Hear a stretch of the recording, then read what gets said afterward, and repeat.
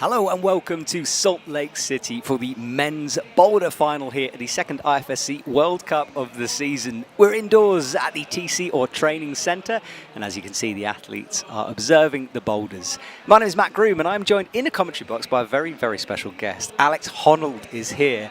So Alex, first of all, how are you? I'm good. I'm taking it all in. I'm pretty excited for the World Cup. Yeah, it's going to be a fascinating one. 6 athletes have made it this far, and that's Serato on screen. And we're just having a look at the calendar. As you can see, we're not far into this season. We've had China 2 back-to-back World Cups there, and we've come over to the US. And after that, the OQS is coming up in just under 2 weeks now before we head to Innsbruck and carry on the season. So, Alex, look, a lot of people are going to be wondering why you are here with me in the commentary box. This is kind of a build-up towards Paris and the Olympics, right? Yeah, to be honest, I'm here because I need practice before the Olympics. I don't know anything about commentary. And honestly, I have experience with competition climbing when I was younger, but obviously climbing has changed quite a lot over the last 20 years. And so it's nice to refresh a little bit before the big competitions this summer. Well, I can't wait to talk to you more about that because you're kind of the bridge between outdoor climbing and indoor climbing. So we'll observe that later on. But right now we're going to have a look at the highlights from the semi-final that took place earlier on this morning. So let's find out how our top 6 made it through.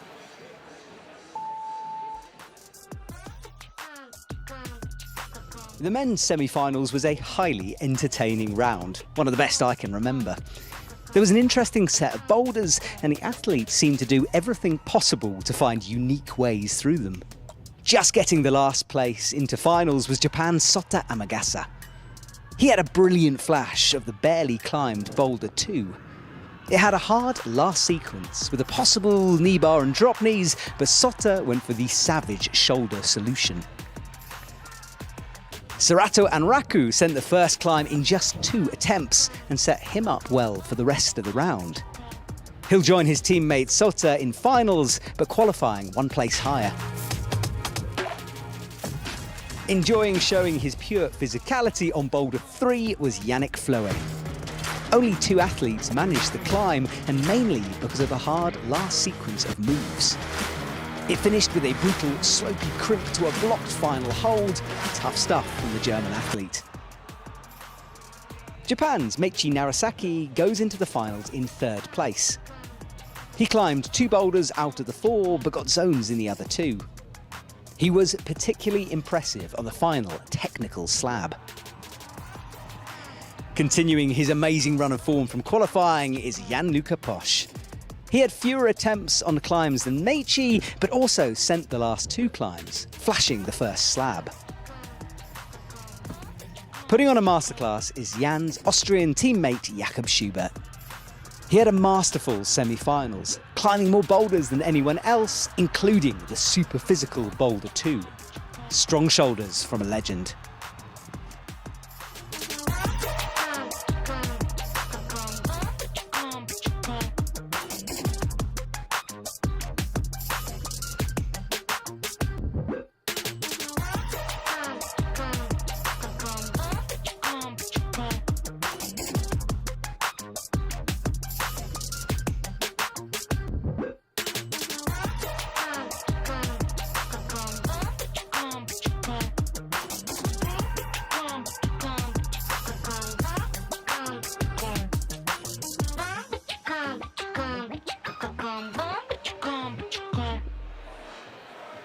Well, there we go. That was the journey of the competition so far. And Jakob Schubert at the end there looking like an absolute machine. And as we can see, the only athlete to top 3 out of the 4 boulders way out in front at the moment.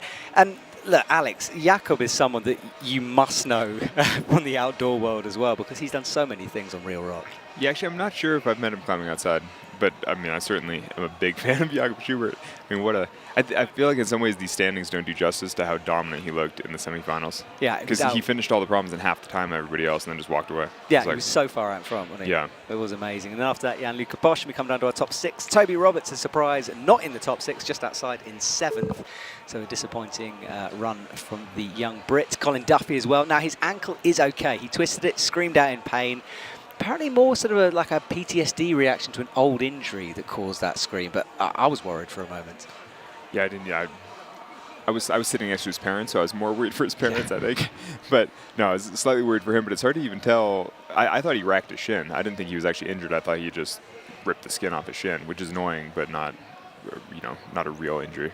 Yeah, absolutely. But it's hard to judge that kind of stuff. Yeah, it is. He went away, got strapped up, and he is okay, but not into this final. And then Dayan Akhtar down at the end.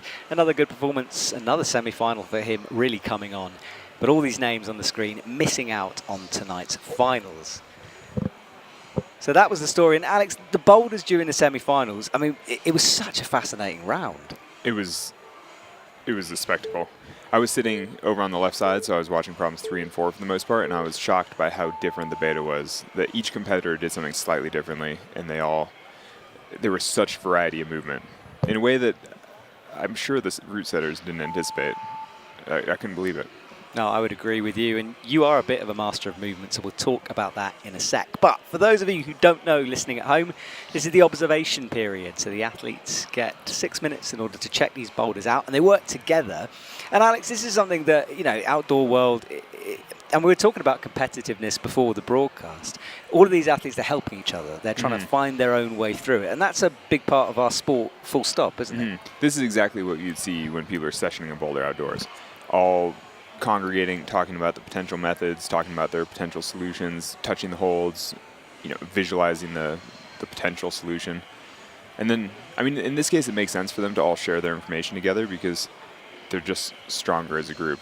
As an individual, it's easy to get tunnel vision and not find the correct solution. But with six of the world's best climbers thinking about it, they're probably going to find the best way. Yeah, and often they make some unusual choices along the way as well, which is great to see in the face from Meiji Narasaki there as he discusses it. And one of these boulders is absolutely wild down at the end. I think it's out of shot, but it's got a huge 360 slab twist turn move thing in it. But this has got a press facing out towards the audience, which is always so cool to see for them and us at home. Yeah, I mean, each problem really has some unusual moves on it. I think we're going to see quite a show. Yeah, look at the two Austrians talking it through. Yannick just eavesdropping on the left there, trying to figure things out. I mean, I have to assume they're all speaking in their native languages together, depending on how many members. It's a really good point. Yeah, because 3 members of Team Japan are surely speaking in Japanese about what they think the nuance is. And I'm sure they probably do talk to each other a little bit in whatever languages they overlap in, but clearly they're going to speak to their own teammates more than people that don't speak their language. No, you're exactly right. And actually what we sometimes see is teams getting it wrong as well. So we'll see an so entire all 3 team. Japanese doing it slightly wrong, Exactly and then the 2 Austrians and the German doing it differently. Yep, especially in lead, it happens. Yeah, actually, I mean, in some ways, this finals is an interesting division because you have 3 people speaking German or Austrian and 3 people speaking Japanese. It's almost like 2 different teams coming out. Yeah, it's true. Europe versus the rest of the world. And that's not normally how finals break down. I mean, often there's a little more variety in languages and teams. I don't know if you saw Meiji did a little spin in the background. I think he's thinking about that boulder number 3, getting himself ready for it. Okay, so we're a couple of minutes away now. The athlete, Yannick as well, a bit of a hip thrust there. He's asserting dominance. He's preparing for the after party. That's what's going on. Well, the athletes will line up. I think they're going to be presented to the audience here. And we are inside of the TC, and the TC is a training center for Team USA. It's basically a giant warehouse with all the climbing toys and torture devices you'd expect as fingerboards and everything over the other side of that curtain. And then they've opened up this other side of the warehouse to put the comp wall in. And it's an interesting place. The audience in front of the mats. And now the athletes will be introduced. Sota Amagasa down on the left-hand side. He's been away from comp climbing for a while. There is Sarato Anaraku, the young Japanese, becoming a legend only at 17. Yannick Fleury raises his hand to the audience, the power boulder himself. And then the tall Meiji Narasaki. His brother didn't make it in, just outside of the top 6, but Meiji will represent the Narasaki family. And then Jan-Luca Posch, well, what an incredible qualifying round that man had. We wondered if he ran out of steam. He didn't. He's in the finals. And finally, Jakob Schubert, very, very popular, as you can see, and he'll just be loving this. He's already qualified for the Olympics. All of this is just build-up for him. Practice for him. Yeah, and he looks relaxed to me as well. Yeah, he often looks like he's having more fun than many of the other competitors. Probably because he has less to prove. He's less stressed. He's been there and done that, and he's just having a good time. Yeah, and he's lost none of his psyche for competition climbing. He just loves this whole thing. I keep cheekily asking him if he's ever going to retire, and he looks at me like I'm mad, because it's just clearly such a big part of his life. Though he must eventually. I mean, who knows? Though if he keeps winning, why Exactly. retire? Yeah, totally, 40 years old, still win. I'd love it. He'll be the Tom Brady of competition. He'll be 45, just still winning. He'll be so good. I've got my fingers crossed. I mean, I would love to see it as well. Yeah. It's inspiring for those of us over 30. Exactly So that. you see all the other qualified competitors are 16 to 21. You're like, man, am I past my prime? Yeah, But I then hate you the young see and talented. Jakob, and you're like, nah, still got it. Well, Jakob will be the last one out, Sota Amagasa the first one out because he qualified in last position, and then Saratu after that, and he is one of those youngsters we're talking about, just 17. And one of the And best so we'll in be the watching world. the competitors one at a time as they try the boulders. Exactly, yeah. So they come on one at a time. They have 4 minutes to do the boulder. If they don't do it within that time, they leave, and we rotate through. And in the semifinals, they had 5 minutes per boulder? Yeah, so more time for And that. so why is it tighter in the finals? It's a good question. I don't know the exact rules. I think it's just to speed things along. And also, at this level, 4 minutes, they should be able to read the boulder. And look, this is this 3D render of the boulder. And Alex, you said something about like traveling 30 foot on this boulder. It's a long one. Yeah, it's so long. I mean, the distance between the starting hold and the finishing hold is at least 25 feet. I mean, it's really tremendously far in a way that's hard to do justice looking at it on the screen like this. But laid out, I mean, if this was in a commercial gym, it would take over an entire wall. Yeah. Which is why they don't set things like this in commercial gyms. Exactly, and I'd walk away from it. Yeah, everyone would walk away. It looks impossible. It's basically 2 coordination moves. So hands and feet, the second half being feet. And you can see those bad slabs there, the black and white triangular volumes. And you said, are you guys going to clean that up? Because it looks like it's covered in dust. And they were like, we just can't. That's as clean as it gets. Yeah, though, I suppose the competitors must know that, and they're fine with it. It's sticky enough, I think. Yeah, So- honestly, looking at it through the screen like this, it looks kind of foreshortened or compressed. It doesn't look that big, but when you actually, I suppose once we see the competitors flying through the air, they're traveling incredibly long distances to get between these holds. Oh, it's basically 2.5 panels of wall they take up on that one. So you're right, it's massive. All right, well, it's time to get underway here in Salt Lake City. First athlete out, and it is going to be Sota Amagasa joining us on the stage. Faces the audience and then turns, and let's see what this man's got. And he's been away for a while. Let's hope that he's feeling springy. He better be, because he's going to have to jump his way across this thing. Wait, was he the one that caught the one-legged squat in semifinals? Oh, wow. What, the save? Yeah, it was Sota, Yeah, the save, yeah, The it was Sota, outrageous yeah. save at the end. Yeah, he had just an incredible save on the final problem in semifinals. And I was sitting just a few feet away from it, and it looked like he must have broken his knee or broken it. Like, it was just an incredible one-legged squat. Well, let's see what Sota can do. He's had one attempt here. Oh, Yes. wow. Around the corner, big fall. Ooh, that's nasty, actually. No, that looked okay. He was all right, but Yeah, that he did. because you're jumping Yeah, he's around like almost. the corner. Yeah, he almost hit the wall behind him. Though, you know, the wall is overhanging, so there is clearance. Like there's separation between him and the bottom. It just kind of twists your body, I think, because it's blind around the corner. You're Yeah. turning as you do it. So it was interesting to see how quickly he learned that move. On his first go, he didn't look that close. The second go, he basically did the move. Let's see about the third go. Yeah, he gets going again. This swing, just building the momentum. That right leg runs, hits the black. Oh, at that time, he tried to stop on the black. The other time, he tried to keep going. Yeah, and stopping on the black is something we talked about because the setters really wanted to sort of carry on to the blue, which is a big old jug, and then kick the wall. And we asked if they could stop on the black, and it's harder to do so. It seems much harder to do so. But as the route setter said, anything's possible. You know, the competitors are very strong, and they probably could, but that's not the intention. Yeah, Oh, that's that better. was perfect execution. That looked beautiful. Now he can rest Wow. in the corner, Yeah, press so his now- body and bridge. Yeah, this is great. Wow, you really moved so quickly through that. That was impressive. Huge trust now, but the foot bobbles and he falls. Wow. So let's briefly talk about scoring. So on the bottom left of your screen, you've got a yellow box. It fills halfway up for a zone, and the zone hold is, well, in the middle of this boulder problem. It fills all the way up for a top. The best result they want is to top a climb and then as few attempts as possible. So you can see it says T down the bottom left, T4. So he's had 4 attempts, and he's got to the zone in 4 attempts. Those numbers are used to separate the athletes further if there are draws. You do want to finish a boulder, and you finish it by matching the last hold. 2 hands and in control. Yeah, let's see if he... So in this problem, specifically, the zone really separates the 2 different types of coordination boulders, and so it seems like he's learned the first coordination boulder, at least he did a moment ago, and then he got to the zone, and then he actually didn't really stop much in between them. and he just carried right on through. But it seems like the second coordination problem is going to be maybe a little trickier and a little more footsy.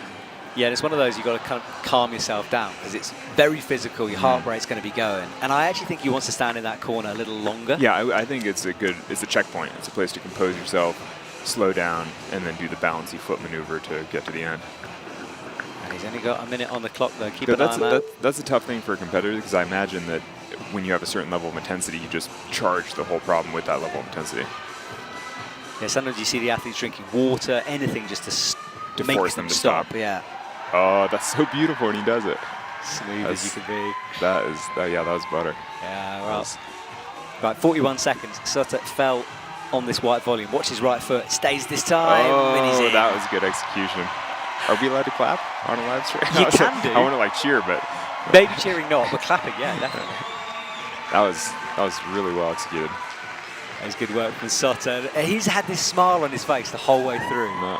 It's like he's kind of, as I said at the beginning, he had a bit of a break from climbing for quite a long time, and then he's back, and yeah, it's good to have him, and he's enjoying every second of it for sure. Look at that. Wow. Wild first fall. That was close to hitting his head on the wall or whatever else that was. But that's the problem. Well, I suppose not the problem, but that's kind of the nature of these giant moves where you travel such long distances. There's so much momentum. It's hard to stay controlled. I mean, you can't stay controlled by definition. Yeah, and they're not thinking about personal safety at this point. Yeah, no, they're not at all. They're just sending.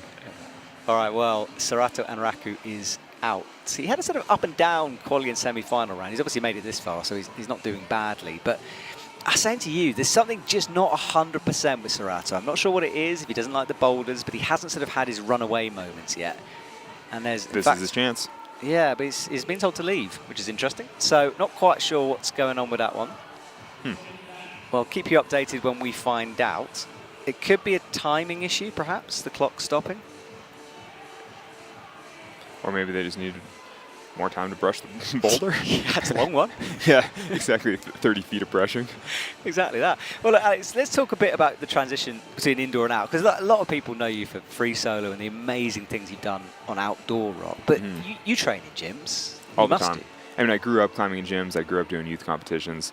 I still train in the gym all the time. I mean, I travel for work and events and things a fair amount, and I always go to the gym. I mean, basically, if you want to be a good rock climber, you have to climb in the gym. Unless you have no other obligations in life and you only climb at the cliff nonstop. But realistically, it's just hard to do that. You know, I have a family, I have other things going on in life. It's like you just use the gym all the time. And on kind of the flip side of it is that, for me, gym climbing should be a gateway to outdoor climbing. Like, if you just do indoor climbing, it's a real shame almost. Yeah, though, you know, when I was young, I climbed almost exclusively in the gym for 8 years until I was old enough to have a car and be able to travel and go climbing. And, you know, realistically, you can learn as much in the gym. You can learn everything you need to be a great climber indoors or outdoors, really. I mean, to be good outdoors, you do need a little more time on real rock. But all these moves do translate. You know, it's like any one of these competitors would be one of the best outdoor climbers in the world. Absolutely. They just have to be indoors at the moment. All right, well, Serato, after that pause, I'm not sure what it was, but we're back underway now, 20 seconds in. They were testing his cardio to make him run all the way around the competition wall again. Yeah, to see. I don't know why they just make him wait and then come out the other gate. But, you know. Beyond us, we don't get this knowledge. Oh, that was well done. Yeah, it's a bit wild, wasn't it? But he made it work. One arm. So Serato now stands up into the corner, has a look over on the right. Yeah, nice checkpoint. Little opportunity to relax, compose, and set up for the last move. And a little pier before sorting the feet out. Oh, he's getting tricksome. Tricky. And this is where his amazing ability to stick to volumes comes in here. But he's going to have to drop the left foot. Wow. That was impressive. I didn't see that being. I didn't see that coming either. And it's funny because the route setters told us that shouldn't be possible. It's funny watching you, because when they were telling you, anything's possible, in my head I was like, I've seen it happen so many times. Because the setters, like, they have every eventuality planned out, but these athletes just do crazy They're just better. things. Yeah, they're just much better. Let's have a replay of that watch. So he stuck that left foot up. That was impressive. Yeah, this is not the intended way, but it sure worked really well, and he sure made it look great. I thought there was a danger of him barn dooring when he dropped the left foot, but he controlled the movement so well. Yeah, it's almost like he broke a really complicated move down into several pieces and just did each one really nicely. Yeah. He dropped the foot as he started to move. He popped over, caught the hand, stuck the right foot, and it all worked perfectly. Yeah. It would take me at least 20 tries to learn how to do a move like that. And he just did it first try. Yeah, the learning is crazy watching them. And often with a coordination move, they do have it in their body and then they can do it, but some just learn quicker. Mm-hmm. Yeah, it's interesting because some of these coordination moves aren't the most physically challenging. I mean, obviously they're all challenging, but this isn't near their physical limit. No. But it's just testing how quickly they can learn the movement, how quickly they can execute the movement. And Yannick he just tried to really pause on that hold. Yeah, he did. I mean, his crimp ability is incredible. I think he thought he could maybe cheat it a bit. Yeah, totally. That's the interesting thing between some of the... Sorry, he wants to go kind of almost statically here, look. That doesn't seem like the way. But that's what we said about the that's Serrato. He's obviously having a feel on this. I mean, I reckon he'll give it maybe one more go and then I'll have to. He's trying it again. But that will count. I'm not sure if that was a judge just called him off there for not being in a proper position. So to some extent, the tries, I mean, obviously the tries do separate the competitors at the end, but for the most part, it doesn't totally matter. The tops and the zones are the important thing, so if they spend a couple extra goes learning the moves here, I'm sure they're not really stressed. Yeah, for sure. I think it's more the time it takes. Yeah. And, we see athletes going down a rabbit hole the wrong way, and get drawn into the different way, and I'm glad Yannick's changed it up now.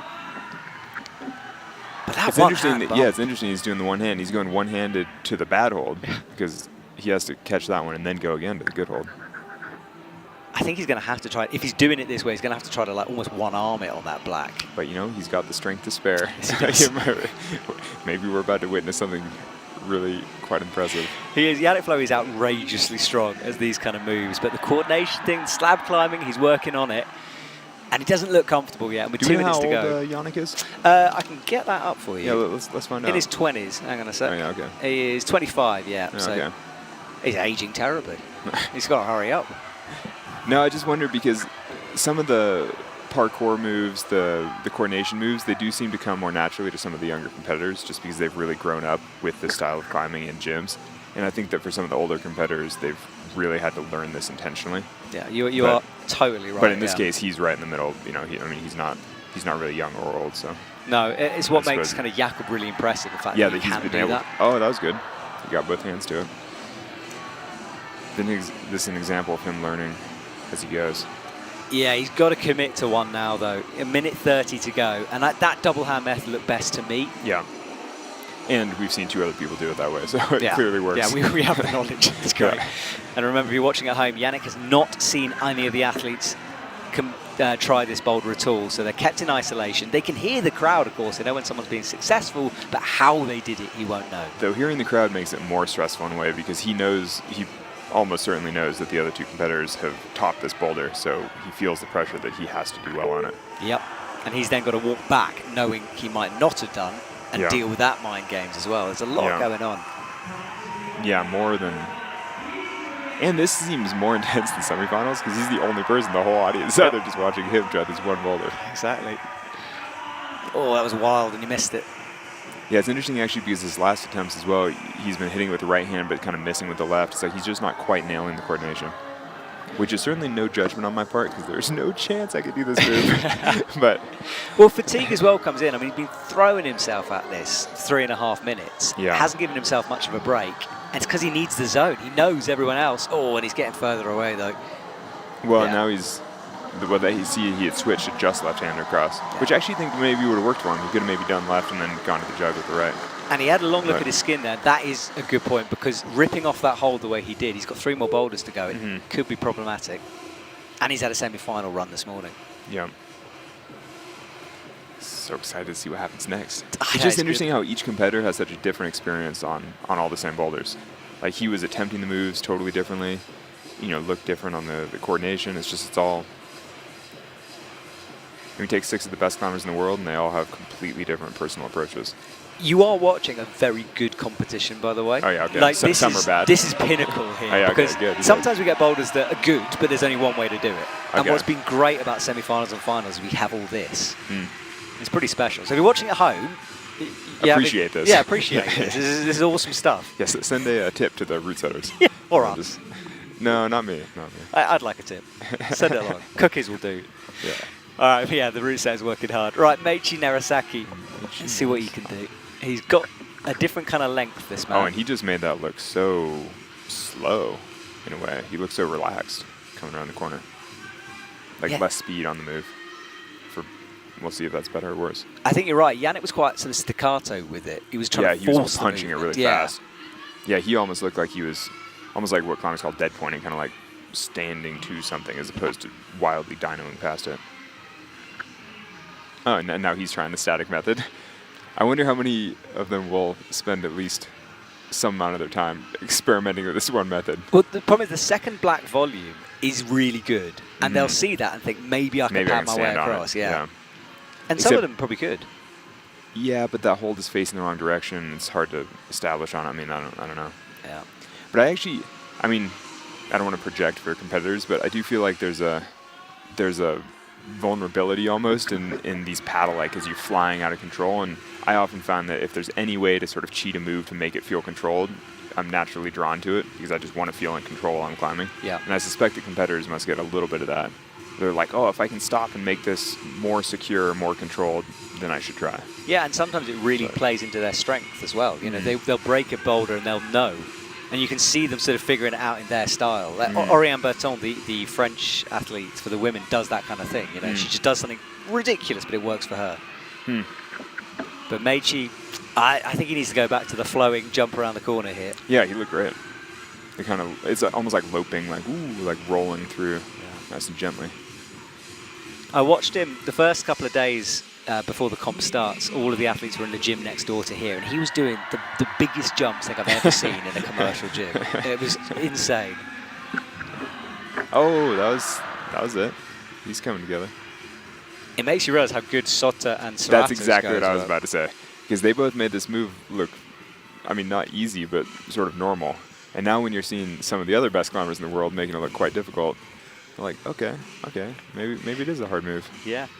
And the styles in these four boulders very different as well. I mean, there's a couple of slabs, a couple of coordinations, but the moves within it are exciting to see. That's our crowd. They've been filtering in. It's a sold-out venue. Tickets have been hot property, and Meiichi's in. Oh, wow. Come on. Oh.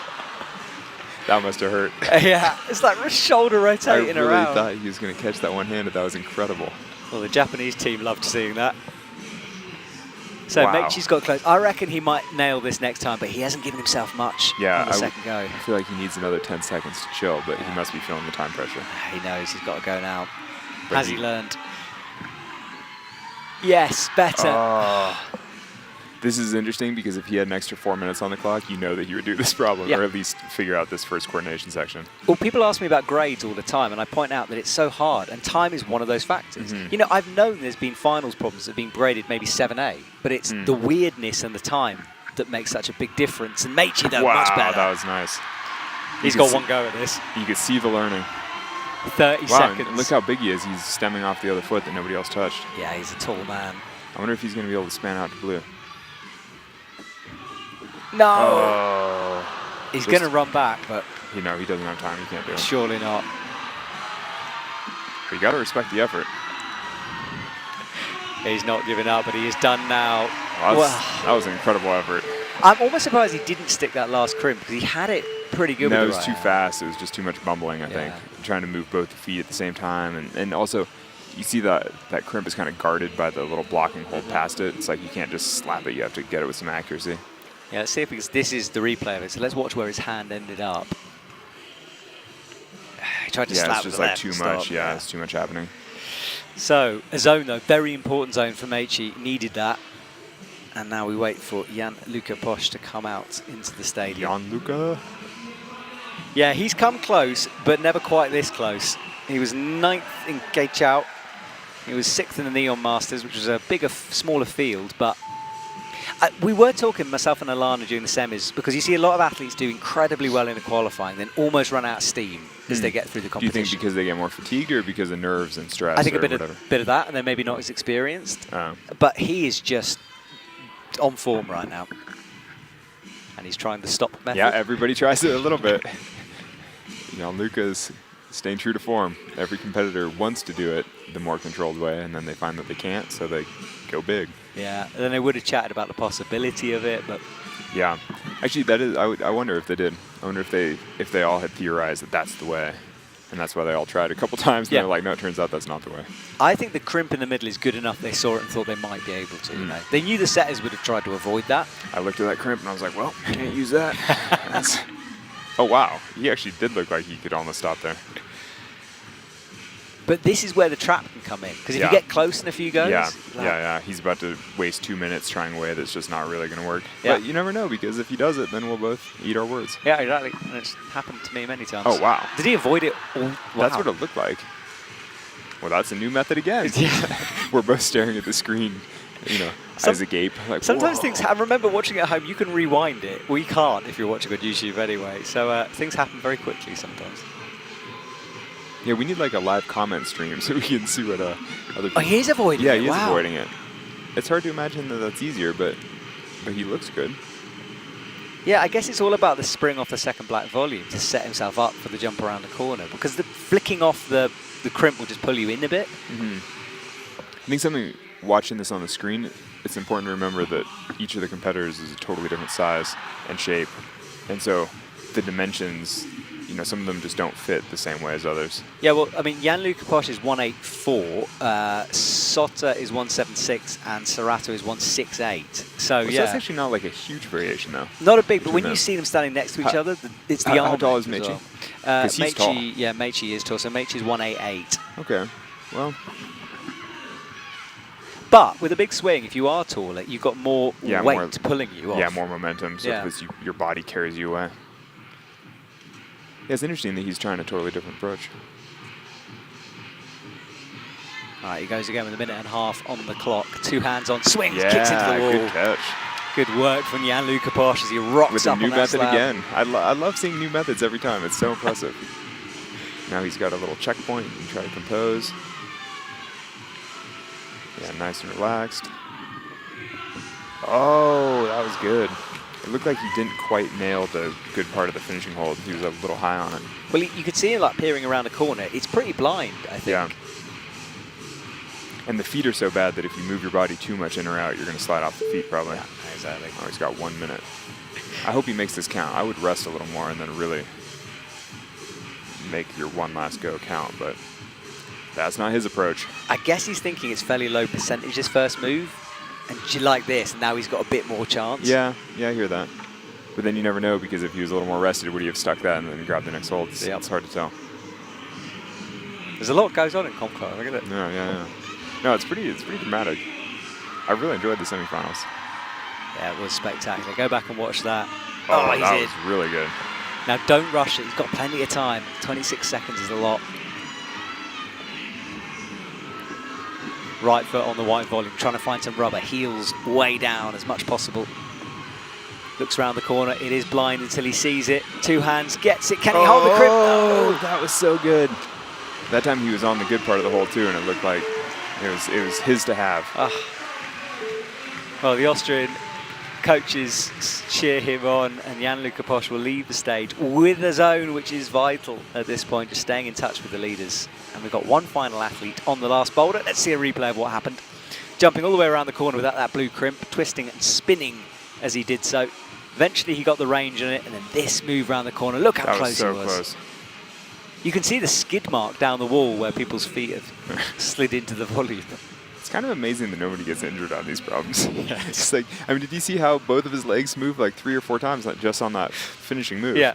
Like, man. I joke we should give an award for like the best dismount, you know. Like, yeah, it's like cat-like reflexes. Yeah, exactly. I want to, 360 should get a zone. Yeah. Or at least remove one attempt off your final score. Something. Yeah. Anytime you do a 360 on a problem, you take 1 attempt off. I'm down. IFSC, if you're listening, come on, sort it out. All right, Jakob Schubert. Jakob. Yeah, he is. Yeah, so he's qualified for the Olympics already. He was in China, just kind of having fun, really, and looked very relaxed. How do you do in China? Pretty well. Like, he was good, lead especially. And lead is kind of his specialism, so to come out and blast it here and Boulder is really impressive. He looked incredible in the semifinals. Yeah, maybe they did talk about trying to stop on the intermediate crimp crimp, because it's interesting that they've all tried it.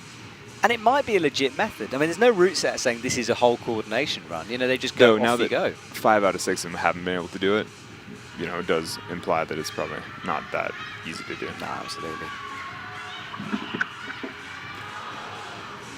Yeah, that's how I normally feel on coordination problems, where both arms are paddling in the air and you just don't quite touch any holds. But the main difference here is probably that he'll figure the move out within, you know, 1 more minute. It's so funny listening to you be self-deprecating, because for people listening will think you are like a pinnacle. That's because they don't know anything about climbing. Yeah, well, maybe. But it is a different kind of sport, isn't it? Like this style of climbing. And it's not a bad or good thing. It's just different. What makes our sport so good. I fully agree. Yeah. I mean, really though, this is the hardest, the physically hardest aspect of climbing. This is it. I mean, this is the elite. Like, this is the hardest climbing in the world. Yeah. I agree. We are going to try to put Alex on one of these boulders tomorrow if we have some time. So do subscribe to our YouTube daily show for that one. If you want to see Alex break both his ankles and wreck his shin sliding down a volume. I wrote you an email suggesting that, and I didn't quite know how to phrase it. Because what I really wanted to say was, we kind of want to make you look a bit stupid on this. Well, you know, if I was trying this boulder, I could probably touch the blue crimp, the first hold, and I doubt I would ever even touch the black hold. Just because I don't. I mean, maybe with a day or two of practice and training, I might be able to figure out the movement to turn my body, twist in midair, catch the sloper. But it's just, you know, I mean, it takes a tremendous amount of practice to execute these moves. Yeah, it does. I mean, there's hours of dedication poured into this. Jakob, with his classic tongue out the side of his mouth move, swings around the corner. Oh, really good. That's incredible. And that's what I'm saying, how quickly they learn. Because his first go looked, I mean, I don't want to say uncoordinated, but it looked clumsy. No, it was flailing, wasn't it? And now just so poised. Yeah, look at that. And that was only 1 minute ago. And he's putting that foot up like Serato did. Oh, wow. Right, so he's stretching. He's not entirely comfortable, but he's made it work. Wow. But has he got the range on this crimp? He can't really see it from here. Jakob takes a moment, drops the foot, grabs the crimp. No, peels off. Wow, he also looked a little high on that edge. That was really good. Come. I love the way he kicked the left foot into the wall as well behind him, trying to stop it. Yeah, he almost stopped on that hold. I think he's trying to dry his hands, moisten his hands. How do you think his skin's doing? It's not going to be great, but this is his last climb of this comp, so he might as well leave all the skin on the wall. That's the spirit. Yeah. Break yourself. Right, Jakob goes again. Still got 3 problems to go. That's a good point. Oh, back to being a bit wild. 36 seconds. But he got the zone. That's important, sitting in third because of countback.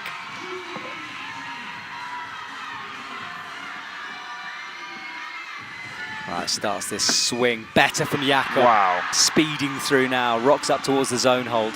Wow. He'll have time for just a breath, but he'll have to go. My hands are sweating. Oh, it's so intense, isn't it? And is he going to get the foot up? Because that took him time. He's only got 10 seconds. He can't. He's just got to do it. No, he's going to put the foot. 5 seconds. He'll hear the buzzers. This is a real last chance. He's got it, and he has got it. Wow. Incredible. And you can hear the crowd going wild. Oh, that is as close as you get, and that is that brilliant was so from good. Jakob. Wow. And that must have been right on the buzzer. It should be. I mean, someone's going to appeal. Every federation is appealing right now. Yeah, the Japanese team is for sure appealing right now. Absolutely, they're running But back. you know, whether that counts or not, that was an incredible performance. I think he showed control, and the judges gave it to him immediately, you know. So that was the first couple of goes, the wild ones. What he wins a prize for best improved either way, most improved. Sounds like sort of thing you get at school when you fail. Exactly. But that was the attempt. Look straight to the judges. His eyes didn't even look at the hole. He was like right at the judge immediately. Totally. Right, well, let's have a look at these results. We don't think it's been appealed amazing. yet. So that hasn't been updated. Yeah. Why is it like that? That's updated. Yes. But we think Jakob should go back because of countback, so I don't know. But anyway, Serato on the top spots, Sotta after that, Jakob Schubert, Jan-Luca Posch. Oh, it's attempts, isn't it? Yeah. Yeah, that's correct. Right? Yeah, it's correct. So he kept in touch with that. And then 2 zones for Jan-Luca and Meichi, and Yannick Flohe missing out and a bit behind at the moment. So in some ways, the next problem will probably favor Yannick more. So I would say things are wide open. It's all to play for, isn't it? All right, let's have a look at our next boulder, shall we? The nasty holds involved in this one, but you start on the right. Worst hold. Yeah. The zone hold is a non-hold. Yeah, and they did tweak. We'll talk about what they've changed, because in the middle, you see that black crimp on the left? There's now a blocker there placed just to make it a bit harder to be able to lock it. Yeah, because it didn't look hard enough before, huh? No. You just had to make it a little harder. Far too easy. I would have cruised it. And then slopey holds, an undercling, a top hold, and you can see footprints on the left where the athletes need to kick their foot in order to get the top of this boulder. So this boulder is more of a quintessential classic power boulder. Yeah. So a little more pure strength, less coordination, less wild dynamicism, and just pure strength. Yeah, and that's why, as you said, Yannick is going to enjoy that. Yeah, well, we'll see. Yeah. We'll see. You just never know, but... Plus, we can curse them here, so I'm going to touch some wood somewhere. So the brushes just... It always makes me laugh when brushes brush the first boulder when the athletes haven't climbed it yet.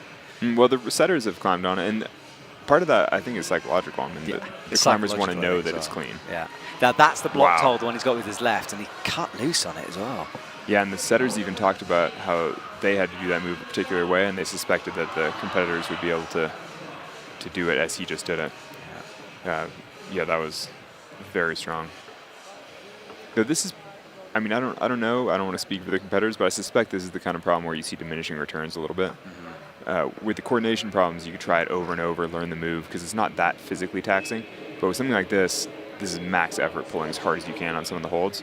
So presumably after a few minutes of effort, they're going to, start to decline a little bit. So how long would you wait if you were doing a hard boulder problem? Minutes between attempts? Yeah, typically if you're giving max effort, you rest 3 to 5 minutes between attempts. A competition setting is obviously different. Yeah, he just has to try again. And on that first attempt, he only did 3 moves. But, man, 3 really hard moves. Yeah, he's got some numb fingers after that. Unlucky he already cleaned up his method from the first go. Oh, wow. That slope is terrible. Yeah, that's the worst hold. I couldn't even believe it. And now he's got to go to an undercling as well. Oh, wow. Everything we see, I just can't believe they're sticking the holes. Yeah, I do find it slightly depressing. When you watch something and you're like, it's epic, but I spend so much time around these athletes that it's a real reality check. Yeah, I find it kind of inspiring. Oh, yeah, for sure. Just like, oh, this is how you're supposed to climb? Maybe we all need to just try a little harder. Yeah, there's levels to the game and you realize that, but yeah, that's impressive. And do remember, we've got a slightly shortened field here today. A lot of athletes are deciding not to compete here because they're going to China next week, so they're trying to save jet lag. So we do have some world-class athletes, but there's a lot of people missing, especially in the women's comp side of things. People like Yanya, she's obviously building up to the Olympics. She's in here. But it allows people to come through, which has been great, I think, to see new talent. No, and several of these athletes are already qualified for the Olympics, so you suspect that this comp is part of sort of practice or training, but they're not necessarily trying to peak for this comp. Yeah. And winning this comp, obviously always matters a little bit, but is probably not their real goal for the season. Yeah, you're totally right. And it's been fascinating because of that. And I think we're seeing Sutter here, as you said, maybe diminishing returns, struggling on that first move. Yeah, because that first move is tremendously hard. The hold that he's crossing to is a small edge. Controlling the barn door as his body swings away is challenging. I think that's the kind of move that on your first go, you just give it 100%, you just bear down, and then on the second go, you find that your fingers just don't quite have the same, though, I stand corrected, because he's a boss. Look at that. Yeah, flicks in, gets the heel up towards the sloper. This next move, though, is hard. I think he needs to raise his foot. Oh, he can't save that. He almost managed to get the foot up, though. With a slope that bad, when you lose your foot, you are rotating off, Yeah, he needs to bring the right foot up to the yellow crimp, I think, to jump up into that undercling, but he needs something to help him generate up to jump into that undercling. Yeah, boulder problem with 2 halves this for sure. And he's resting 30 now. seconds, hard to imagine, but always good to try your best. And he's zoned on it already, so there's not a huge amount to be gained if he can't get to the top. Though I feel like all the competitors are always going to bet on themselves, believe in themselves. Okay, here we go. Still going on the low foot, but yeah, see, he needed the high right foot. He needed more height. Yeah. Oh, he says goodbye on that boulder with 6 seconds remaining. But impressive effort. Yeah, a very important zone. Zones are going to be vital here. So Sutter leaves. Serato will be waiting in the transition zone behind. And he'll probably know that Soto didn't top, judging from the crowd, so now he knows that he has an opportunity. Yeah, and the athletes get shown the results between boulders, so they will have an idea of what's going on. But they don't in the semis, right? No, different for that. Yeah. Interesting. And you know, we try to keep. There's a reality to this. You know, we'd like it to be completely that it's a mystery, but it's just not ever going to be. So, that was that spinning cat reflex. Nasty heel as well. Nothing. There's no jib back there to lock the heel into. Yeah, that's just tension in his hamstrings, just pulling with his leg. Just tightness in the whole body. Impressive. All right, Sato and Raku, always calm, comes out, lays that mat down, that towel, because as you can see, very, very chalky here. We have people with Ghostbuster-style hoovers who clean the floor. I was like, what? That's what I thought the second I saw it. Oh, left hand. Trying a whole new method. That means he's got to, cross underneath, and then, he changes his mind. What unusual. Well, he managed to save the attempt, and look how strong Sorato is through here. That just looked casual for him. This is where he's so good. And he has the high right foot, so yeah. Easy. Oh. He's getting a range. I think he'll get it next time. Yeah, he just learned a lot. Only 45 seconds into his attempt, he almost just did the problem. Yeah. As Slobodan, our photographer in the background, you can go into the IFSC Instagram to check out all the pictures, behind the scenes stuff and more.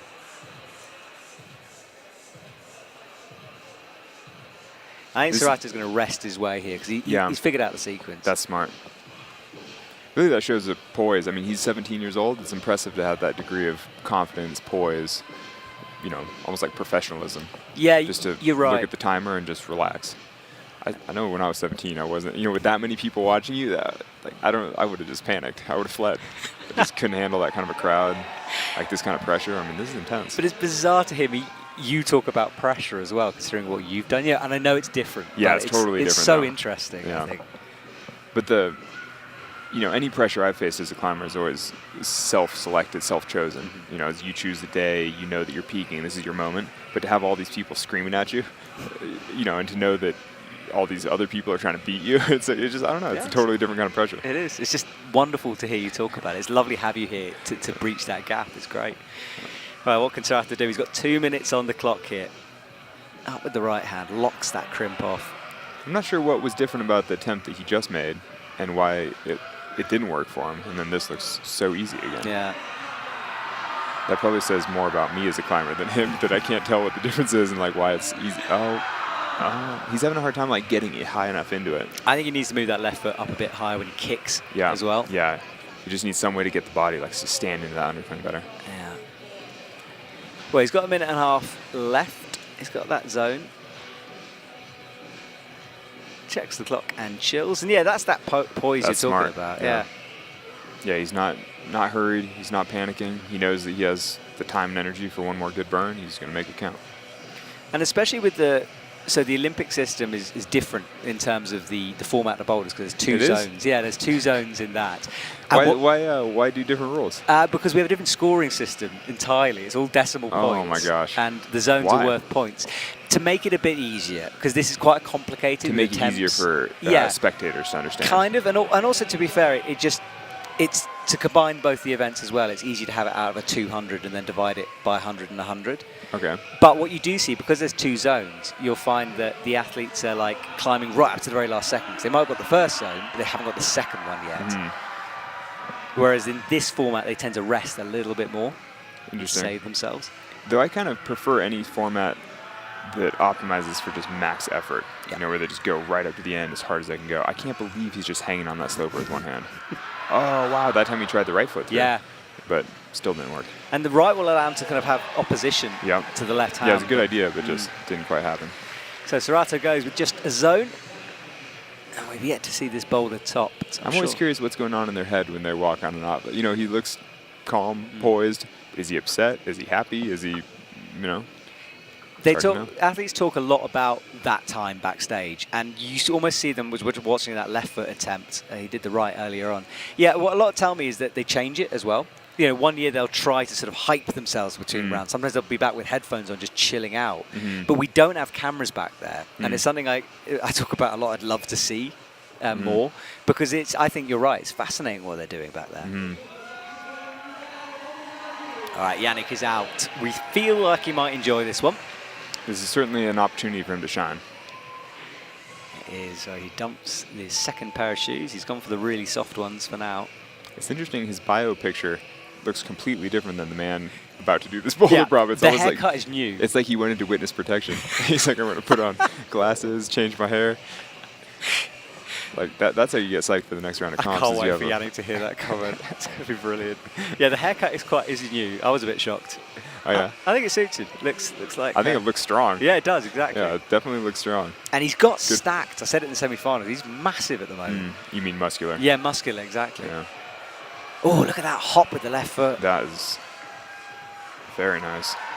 And he hasn't brought the right foot up to the higher one. Oh wow, he looked like he could almost stick that without the foot. Tried to counter that was impressive. And that was his first attempt. He's still got plenty of time. I think he's going to refine this a bit because it was a very physical way, but there's better feet available for that move. But maybe he doesn't need them. Maybe he doesn't, but it's... Yeah, it's hard to imagine. Even he's human. Yeah, it's got to go. And even if he's capable of doing a move the hardest way, it's obviously still better strategically to do it the most efficient way. Yeah. But I've seen Yannick do pretty crazy things, so maybe not. Yeah. And I remember in Salt Lake last year, there was a kind of like a classic, basic, in quotation marks, boulder, and he just cruised it. Yeah, this problem, you can see, is such a different strategy than the coordination problem. Also, you see the scratches on his wrist. I'm sure that's from the coordination from flying around the corner. Yeah. And for Yannick, this is an important boulder. He didn't zone in the first one. Yeah. If he wants to do well, he has to do this boulder. So pressure time for Yannick Floe, 2 minutes 22 on the clock. Just stretches and hops again with the foot. That is a nice way to do it, though. It's very elegant. Strong. He's doing the same thing, isn't he? But I tried to get the foot on at least. The fact he doesn't need to bring that right foot up onto the blocked hold is really interesting to me. Yeah, that's weird to me, but he's kind of trying to pogo it, like swing his body and just flick up into the hold, which, you know, works and looks great, but I don't know if it's the way for this particular move. Yeah, see if he changes things up. He's got time to do so. He looks over at the clock, and do remember that the coaches watching this, they can't tell the athletes what's going on. I mean, they're desperate to, but I do wonder what the coaches are there for if they're not allowed to talk to the competitors. Moral support and the shoulders cry. Do they even notice though? I mean, do the competitors even look out at the crowd or look at their coaches? They do, and they do tend to like talk to their coaches a bit and just get something. You know, it's just someone to bounce something off. Like their coach will say positive things, like. Yes. But they're not really allowed to talk to them. They're not allowed to talk, and this is the thing, they've got to be very, very careful, especially if they're not speaking in English, and you know there might be questions about it. So generally the coaches will stay pretty quiet. But will they say things like, you know, good effort or... Yeah, they'll encourage. But even that is tricky because if it's code for that's the correct beta, then... Yeah, wow! Oh, so close. Almost had it with that foot. Yeah, you're right. With the code thing, they've got to be careful. And it's one of those things. No one's trying to pull a fast one as well, really. I remember watching some high-end climbers coming outside with like a young woman with her coach at the time, and he was yelling things like, you know, move with confidence. And this isn't code. It was not competition. There's nothing like bad about this. But basically the things he was saying sort of had certain meanings, like, you know, like you're doing well, keep moving quickly, like flow through this, you know, as opposed to other things like relax, you know, might like slow back down. You know, basically... That's a shame because he changed his foot. He did put the right used the higher foot. And it was better, I think. Yeah. He fired off with the left. I think he's burnt himself. Yeah, he has. That was... It's interesting, though, because he looks strong on that, but sadly you don't get awarded any extra points for looking so strong on it. Exactly. And this is the cool thing about the double zones for the Olympic format, because you would get it rewards that more of that effort. Yeah. Yeah, that's fair. Yeah, it's interesting. You wonder if the competitors care about bragging rights. You know, because even if the score doesn't reflect it, sometimes you're like, wow, what a display of strength and power. Yeah, it's true. It's that, like, you know, close but not quite, and you don't get the rewards for that. I mean, we remember, but it's forgotten so quickly. It is a shame. Well, Yannick didn't get it done, and he is in some trouble now. It's time to turn our attention to Meiichi Narasaki, who runs out 24, the tallest athlete in this final. 2 silver medals already, no gold to his name. Do you think this is his chance for gold? Honestly, I can't call a winner from this. I mean, Jakob's in form, but who knows? Yeah, Jakob's looking great. But the other problems are so unusual as well that anybody could do them. or nobody could do them. Yeah. Nice to see. Oh, cuts Wow. loose. What poise. Yeah, incredible. And with that, it Interesting. immediately kicks in. Oh. Oh. And that's why they've blocked that hole. But that was directly to the correct foot, at least. So Yeah. you tell he has the right idea. It's interesting because his height, it did make it look easier to get to some of those, but then when he opened up and his body started swinging, there was so much swing. And we talk a lot about fitting into a box and climbing, and that we see it in comp climbing a lot. And I never think height is an advantage or disadvantage, just how you use it. Yeah, there's so many factors to go into it. I mean, flexibility, you know, if you're tall but inflexible, then that could be a big hindrance. If you're short and really flexible, that could be, you know, it's just, different boxes on every problem. And with 4 different problems that all test a range of climbing movement, you know, any particular strength or weakness is just not going to be the same for the next problem. Yeah. We're nearing the halfway mark of the comp now. Mate, just makes sure of that blocked hold. He seems like he's doing a good job pacing himself as well. You see all the competitors are spending more time on pacing themselves more on this problem. Yeah. And he can do that, by the way, reach up to the hold and have a look You're at allowed it. to if your feet are on the fondle the floor. holds like that? Okay.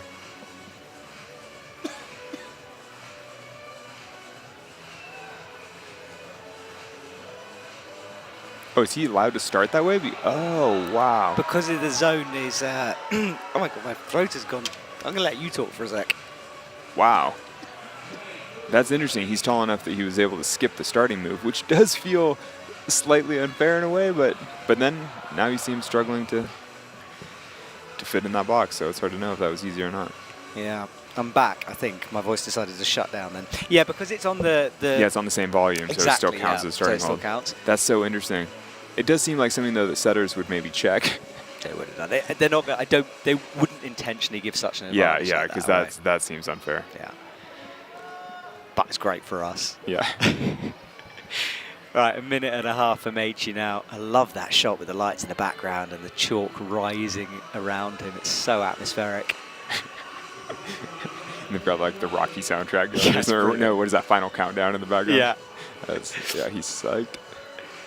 Yeah, DJ's on it.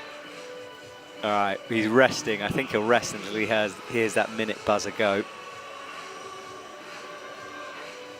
2 zones at the moment, no tops for Meiji, sitting in 4th. And this is confidence, to run down the clock like that. Yeah. Confidence, but maybe also just strategy in a way. You know that you don't have 2 good burns anyway. Like, why? Strong. Yeah, look better this time. Just holds that. Drops the toe back down. Yeah, this he is needs that. interesting. He's trying to keep his feet on. Smart. He got the right foot up. Oh, he tried to go to the bottom part of the hold and stick the bottom of that sloper, which the route setters did say was a possibility, but it doesn't seem like the best way. No, it's not the good part of the hold. It's more of a sinker when you go into the undercling. That's interesting. Meiji really did all different beta on that. Every aspect of that boulder. It's like a different boulder. Yeah, this is fascinating stuff here in Salt Lake City. Let's watch the replay. That thumb doing a lot of work with the left hand, reached up to that blocked crimp, which they were adjusting right up to the last seconds of the comp. They moved it even closer to make it harder. Yeah, they made it even worse. Which, did they need to? Hard to say. Well, this is it, isn't it? Looks sufficiently hard. I mean, so far, you'd say that maybe they made a mistake by moving it closer. But if we see someone top it, we'll think it was brilliant. So it's... Yeah. It's a hard job. That's the hard job with route setting, is to differentiate between the best climbers in the world. Because there's such a fine line in between these competitors. Yeah, exactly. Right, Jan-Luca Posch out 26. No medals to his name. And it looked like for a sec he felt the pressure there a bit. And he'll make sure these holds are nice and clean. He knows he'll only have a few goes at this for optimum strength. I wish we'd get a close-up shot of their hands before they start each boulder to get a sense of how bad their skin is. You know, because some of them put quite a few attempts on some of the semifinals problems. And, you know, of course, the qualifiers as well. You know, just, oh, wow, just trying to backward. Yeah, that first grip. That looks gross. Look at his wow. elbow. Oh, wow. Oh, God. That's savage. Oh, God. That makes me never want to try that boulder problem. Yeah, apologies about not being particularly expressive there, but we both were just... That was horrifying. Wow. He looked great, though. But I wouldn't want to try a boulder that way. No, it'd be interesting to see if he does it again that way. I wonder if he has particularly flexible or strong thumbs, or that reverse grip seemed it's like very a wrist, unnatural. I'm trying to twist in the commentary box now. Yeah, that looked unnatural. So, hideous moves from Gianluca. Yeah, Change that immediately, please. But are we allowed to laugh at commentary? We are. Prefer not to. It's happening. It's okay. Yeah, okay. I think people can roll with us on this one if you're listening. Wow, that was... I mean, I would have been injured. You're old now, Alex. That's yeah, why. that's true. You're that's past true. it. Yeah. These kids are flexible. Well, it's rare to pull on the side of your thumb like that. Yeah, that looked uncomfortable. Yeah, I wonder why. I mean, obviously, it felt good for him in that moment, but he's read it differently from everyone else. Yeah. All right, so he approaches again. Let's see. Is he going to do it? Oh, yes, he is. no, he's doing it again. His thumb is backward. That's right, ladies and gentlemen. That is a backward thumb. It's a magic trick in the Boulder Oh, my final. gosh. Right, he creeps That around must the be corner. something that he's uniquely good at, or accustomed to using to his advantage. Well, if he wins, you can ask him. No, I hope so. I hope he wins. All right, pressing him with that right toe there. He hasn't Come on. upgraded the right foot yet. Comes up into the undercling. But Holds it for a sec. Didn't even move that left foot up, though. No. It's hard to imagine sticking that without getting the foot into position, the left foot. Maybe this boulder is a step too far. No one getting close to the top yet. But everyone getting zones.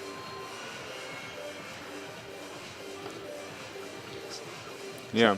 So in terms of separation, we want to see a top hit, ideally. Well, we still have Jakob. We do. He's coming. Jakob.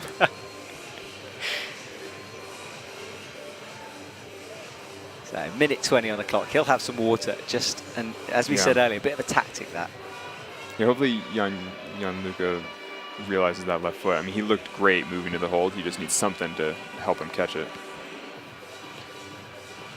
So liquid chalk on. The routine is completed. 1 minute to go. Now he's trying to dry the liquid chalk. Yeah, all of this to allow him to rest. I think he's probably pretty tired now. 2 brutal attempts at this. Or he's realized that his left thumb is dislocated and the competition's over for him. We can send medical attention just in case. Oh, he goes again. Wow. No, this must be something that he does routinely, that he's good at, because that is very unusual. Right, hits the block crimp, adjusts the feet. So Looking far, very smooth. Definitely has learned from his previous attempts. He's going left He's first. trying something different. It's going to push him away doing that. Yeah, it's a good idea, but not the way. And sadly, no more time for another attempt. Yeah, I think he was looking for almost like a bit of a cheat because he was getting tired with it and wanted sort of a change up in the move. Well, no tops but full zones. Shake of his head and he leaves on the right. Jakob Schubert will be out last. Let's see this. That's the heel around the corner. Nothing really to... It's interesting. Several competitors use heels or toes around the corner, but there's literally nothing there. No. They're just squeezing the volume, full body tension. And I guess a lot of leg strength required for something like that. Yeah. That's how you tear your hammy. that's some serious hamstring strength. And this is the last go. He tried to get the left foot up first. It was always kicking him back. Yeah. Yeah, it's interesting that it seems like most of the competitors have been reluctant to use the high right foot to jump up into the hold, and yet it seems like that's the way. Yeah, I think so. That noise, by the way, is Landor Gaydorsch's dad, who has a, I don't know what it's called, but it's like an air raid siren thing. Yeah. Who's Lando? Landor is a very good young comp climber and ice climber. But last year they were outside in the field and they were making so much noise, it was brilliant. This year they're inside and making even more noise. Notice that he used those starting holds differently again. Each competitor is doing a different thing to get off the ground. Different feet as well. Yep. Wow. Yeah, smart, the match, exactly the right position. Oh, he went for the low sloper. It looked like if he'd gone for the high sloper and kicked the foot, that would have been good, but... That method uses so much body tension. Because he's almost layback in that sloper. Though what he just did was exactly what the route setters described as their intended method. So seeing him, that looked textbook. That's how the problem is intended. Yeah, and this is where experience comes in. You know, he may be a bit older, but he knows. He's been here. He's done these moves. Yeah, though he is also slightly more average size and shape. You know, I mean, he's sort of the same size and build as the route setter, so that probably contributes a little bit. Unlike Meiji, you can just reach from the ground to the second hold. He had a long look up. I mean, he's seen the undercling, obviously. He knows that's the good part of it. Yeah, it's interesting, though, because when you jump into the undercling, then it adds an element of coordination with having to stomp that left foot and find the balance. And yeah, this was described by the set as the electric problem, so a kind of stop-start dynamic move. Yeah, I don't really know how to translate that into American. It's hard, because I've literally never heard that term before in American English. You're speaking British, the Queen's English. Yeah, so well, of course. It's totally different. Yeah. She taught me personally. That's why you sound so smart. I sound so wonderful, yeah. Oh, dear.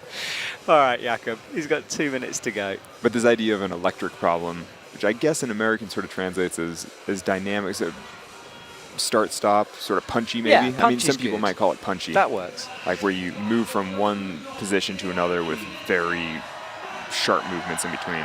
Yeah, electric's a very root-setter terminology. It's what they to talk amongst themselves to describe certain sequences and moves. Big drop knee there. Yeah, I feel like of sports that spectators watch, I feel like climbing might be one that's very underappreciated. Though I suppose any sport when you get to elite. Okay, here he goes. Higher with the hand. Oh. I thought he was in. Yeah, he felt that. You could see that he found the position. Yeah. Just didn't quite find the balance. Jakob is so psyched on this. He knows this is his chance. He can walk away with a gold. He's prowling like a tiger. You think he... I think he senses it. Like, he knows those big moments. Yeah. Yeah. And this is it. He knows no one else has topped this thing. Yeah. And he's probably come as close as you can get. Yeah. No, it is like a predator on the savannah. Yeah, he is stalking. It's awesome. Yeah, big cat. Yeah. I was going to say, though, that I suspect that this type of movement in climbing is something that for the average spectator, the casual spectator, it's just hard to understand the nuance, the crazy amount of, just what's going on. Because you're like, oh, he's climbing. And you're like, yeah, but they're all climbing, and they're all doing it so differently. Yeah. And they're all doing it somewhat differently than intended. Has he got the power? It's so physical. He came close, but he's got to recreate all of this again. And yet, looking even smoother. Yeah, this is the move. Come on, Jakob. Yes! Oh, almost. Well, it's not going to be on this one, but boy, that was close. But he's still in touch. Yep. That looked as close as anyone has looked on that. Yeah. He must be slightly disappointed. He knew that it was his to have if he could just find that balance. You could see he was kind of half happy, shaking his head though on occasions.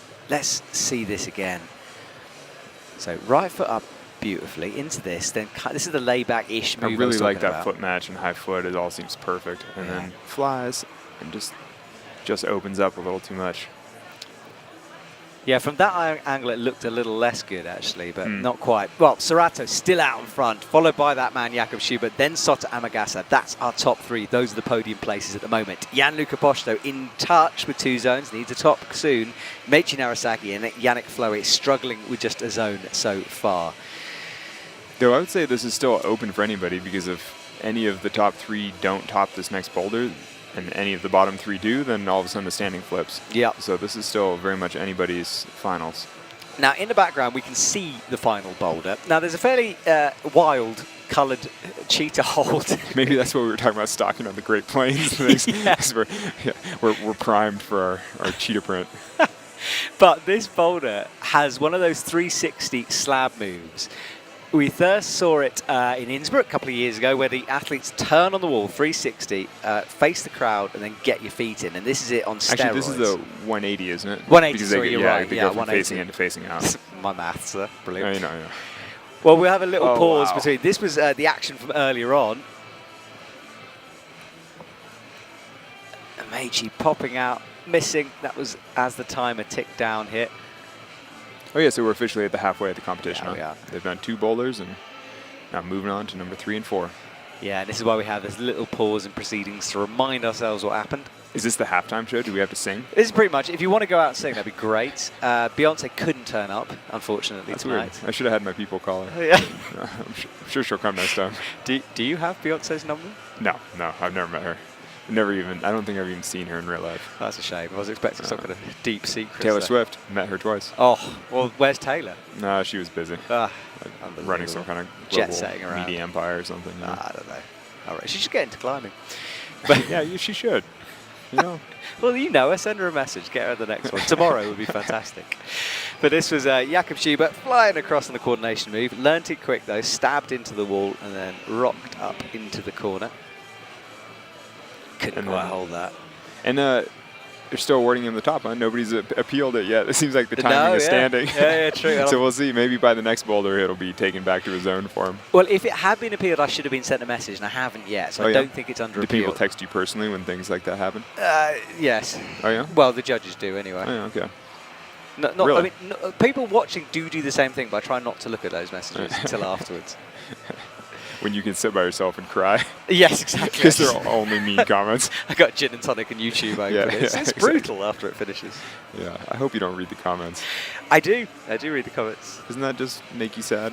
I feel like it allows me to know what people are thinking, and despite sometimes them being nasty, usually they have an element of truth in them. No, I actually totally agree. Yeah. You do have to at least skim the comments, because if you are doing something tremendously wrong, you should fix it. Yeah, and then you learn a bit, but you have to have a thick skin.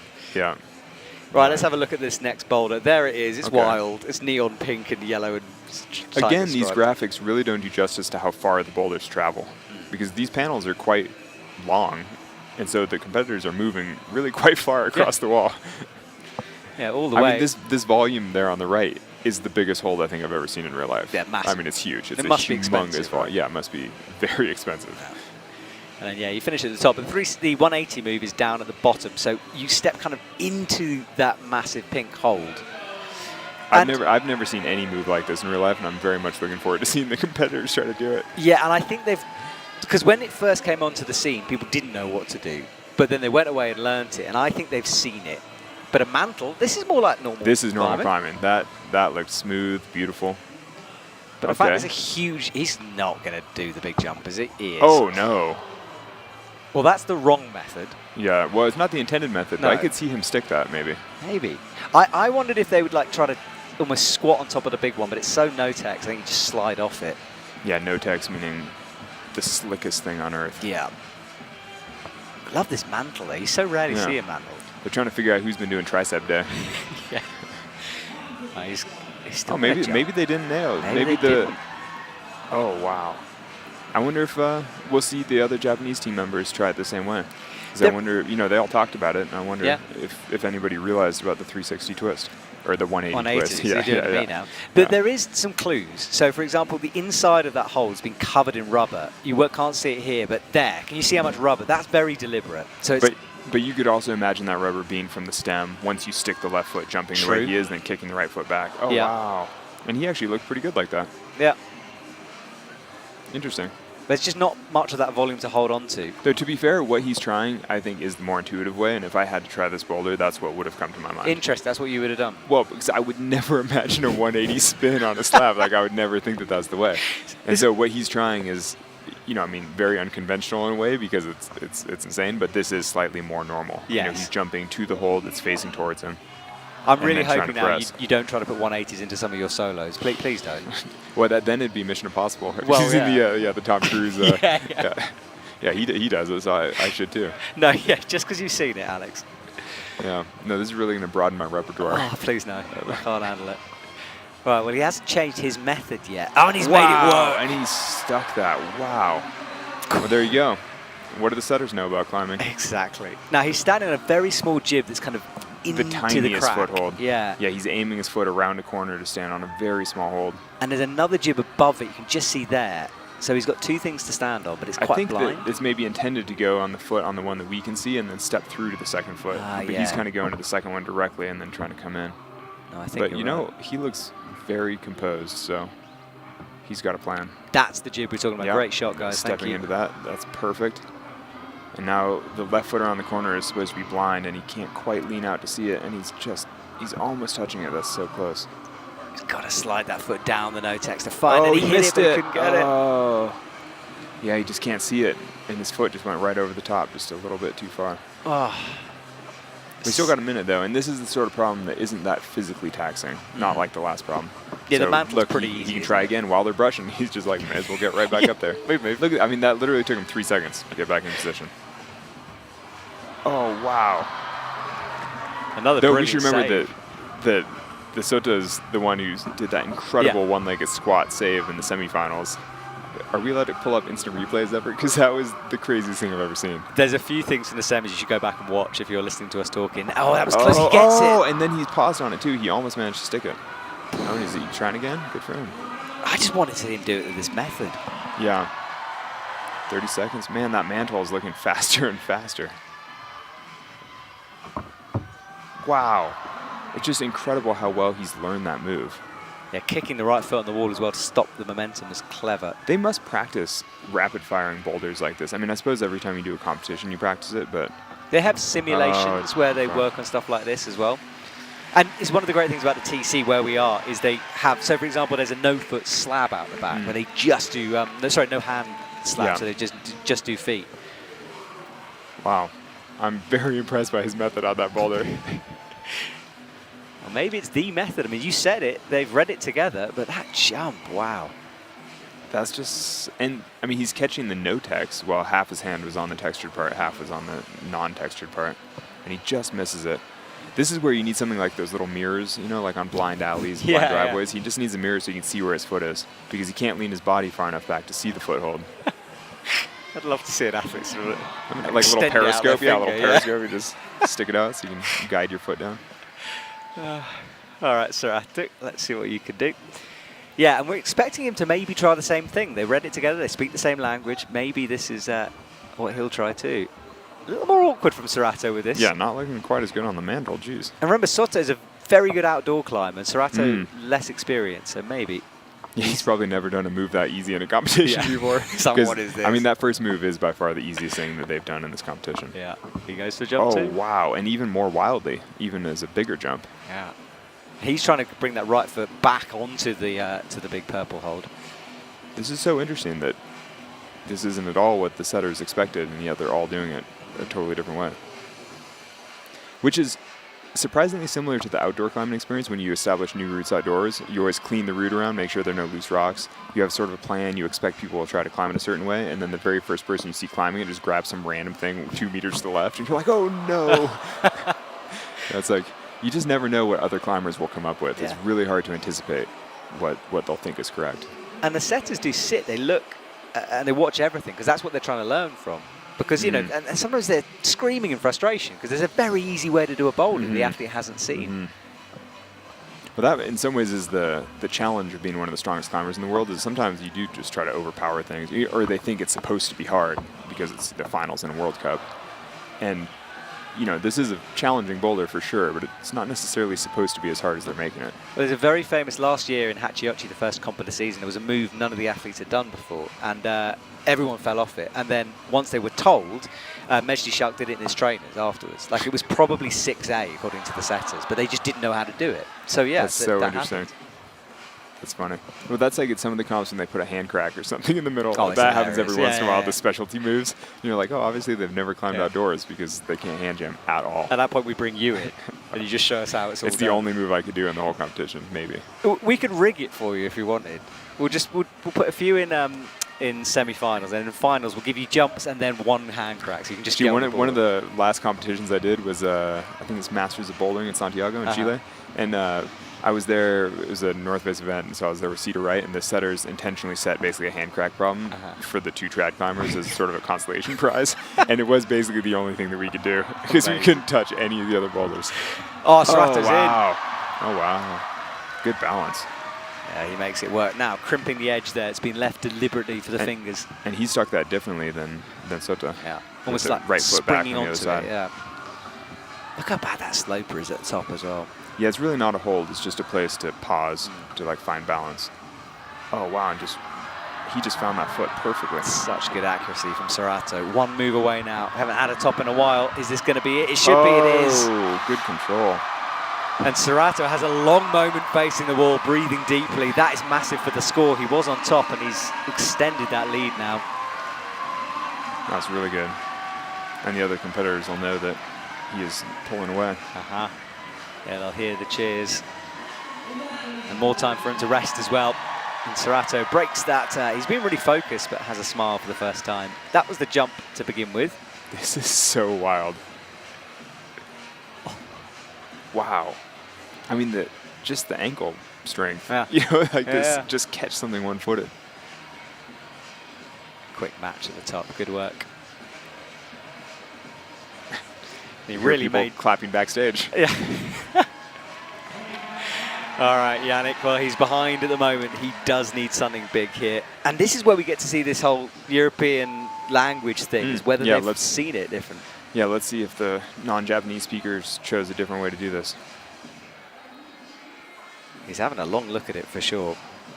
He's probably trying to, like me, just like, what are these holds? He's like, surely not. He gets stood up into the mantle, holds the bucket of a jug. Oh, he's trying different things. I think he wants to stand on it. No, he's going to spring off it. No. Okay. Similar move, but different approach. Yeah, just everybody tries it totally differently. Yeah. Does every comp have this degree of variation? No, it doesn't. Like, it depends. Like, this has been fascinating because of that. Yeah, I mean, it's a hard thing to do, and often it kind of happens by accident that climbers find ways through it. Wow. Wow. That to me looked way too springy, and then he almost stuck it. So maybe he needed that kind of height and that massive. It looked like he jumped so high and then was dropping down onto the hole. It's totally different than some of the sideways jumping. Yeah, and really light on his feet. But yeah, he looked so bouncy, like a gazelle on the, being hunted by that cheetah print. Yeah, about to be eaten by that cheetah print slab. There's a whole zoo going on here. This is wow. You see that he just did the mantle without even using the jug. Yeah. He's got some strong legs. All right, cross feet. Okay. Starts this spring. Let's watch his height. Wow. Perfect. That was springy. Oh, wow. Speed climber's warming up. Is that? Yeah, so the speed climbers are warming up next to us here, and that is coming right after this competition. That was a display of athleticism. Oh, it's amazing. If you haven't seen it before, their warm-up is crazy. Right, Yannick getting his feet on that tiny jib that's there, stiff shoes, in order to make that work. Looking very well composed. Let's see if he can find that blind left foot. Oh, really nicely placed. If you'd watched Yannick a couple of years ago, like the progress he's made on moves like this has been incredible.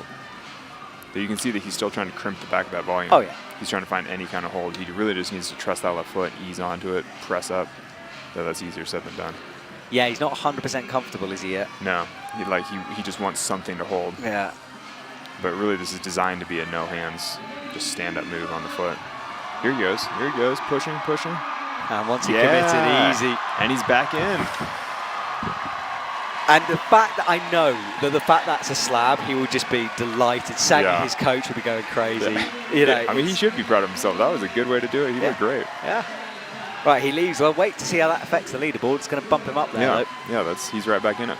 Yeah, wow. If he can top number 4, it's anybody's comp. It is. Let's see it again. It's the spring off the wall. So high, so bouncy. It's like a ballet move. That is. I mean, except a ballet move where if you don't stick it, you're going to lose all your teeth on some terrible hold. That's how he should get better at ballet. Give him a that's incentive. The kind of move where he risks breaking his glasses for sure. Yeah. Like just nailing the wall. Yeah, Yannick's glasses is kind of his trademark, really. Oh yeah. I feel like it'd be your kryptonite with all the coordination moves with them as well. Oh yeah. Was the bounciness and the jumping? I feel like, or he needs or does he have Crocs? Or what are they called? The thing? What are the connector what are they called? The things that hold them on the back. I know what you mean. Yeah, you put them on boats. So Exactly. Exactly. Because when you're doing some 30-foot long paddle run and jump. Yeah, I'll have to have a look. I don't think so. Oh, now making it look he's taller, it is more awkward, but. I wonder if he's just going to try to span over there. I think he is. Yeah, he's doing it right. This is the intended beater. Oh, kind of. We'll see. He's doing it very statically. Oh, wow. Yeah. And look how much easier it is. And the crowd goes wild because it looks amazing. But when he left the stage after the observation, he was doing that spin. Yeah, it's interesting that no one else tried it. No. Though he did look tall enough that he was able to almost reach his foot over there statically. And then this move also, it looks like you can just look over and place the foot. Oh, so precisely. And he's got a toe on now. He's just got to rock and commit. Hits the left hand, brings the right in, and a flash. That was beautiful. This is what's so cool about this sport. The fact that they can throw themselves at it, jumping over, doing the wrong way, and then come and do that, flash it first time. It's a different boulder. Yeah. Though, again, it did kind of look easier being taller. Yeah, You just press the foot over. And, I mean, being taller on a slab is always going to help more. Why is that? Almost always. Well, it's hard to say because being tall on an overhang is tough because you have more leverage. It's harder to keep your center mass close to the wall. It requires more core tension. But on a slab, because all your weight's on your feet, the added height, the added leverage isn't a disadvantage in the same way that it could be on an overhang. That makes sense. Okay. So, I don't know, on something like this, I mean, that just looked like he was able to put that left foot over there so nicely. Whereas, Sota and Serrato really had to lean, and sort of almost fall their foot over there. Well, here's another tall man. Has he read this spin move? Let's see. Well, if he was... Well, he's brushing the right part of the hole, so that implies that he might have seen that he has some sense of what he wants to do. Yeah. Huh. All right, he's got a mantle first. Yeah, let's see if Team Germany/Austria talked about this the same way. Yes. And he's mantling it the other direction. Yeah. Not a big difference, but interesting that he chose to go the opposite direction than the other guys. He is going to do it. Oh, maybe not. Now he's reflecting. Oh, wow. So stemming, that's a totally different way again. Yeah. No one's quite tried that. I think there were two things in his head there. I think he's obviously... Yeah, he was trying to decide. Yeah. But because of the distance, I think it looks jumpable. I think the whole 180 spin twist thing is such an improbable, bizarre move that you'd have to have a tremendous amount of confidence to decide I'm going to be the guy that just jumps face out towards the crowd. Yeah. It's just slightly embarrassing if it's not the way. Yeah. Oh, almost found the balance there.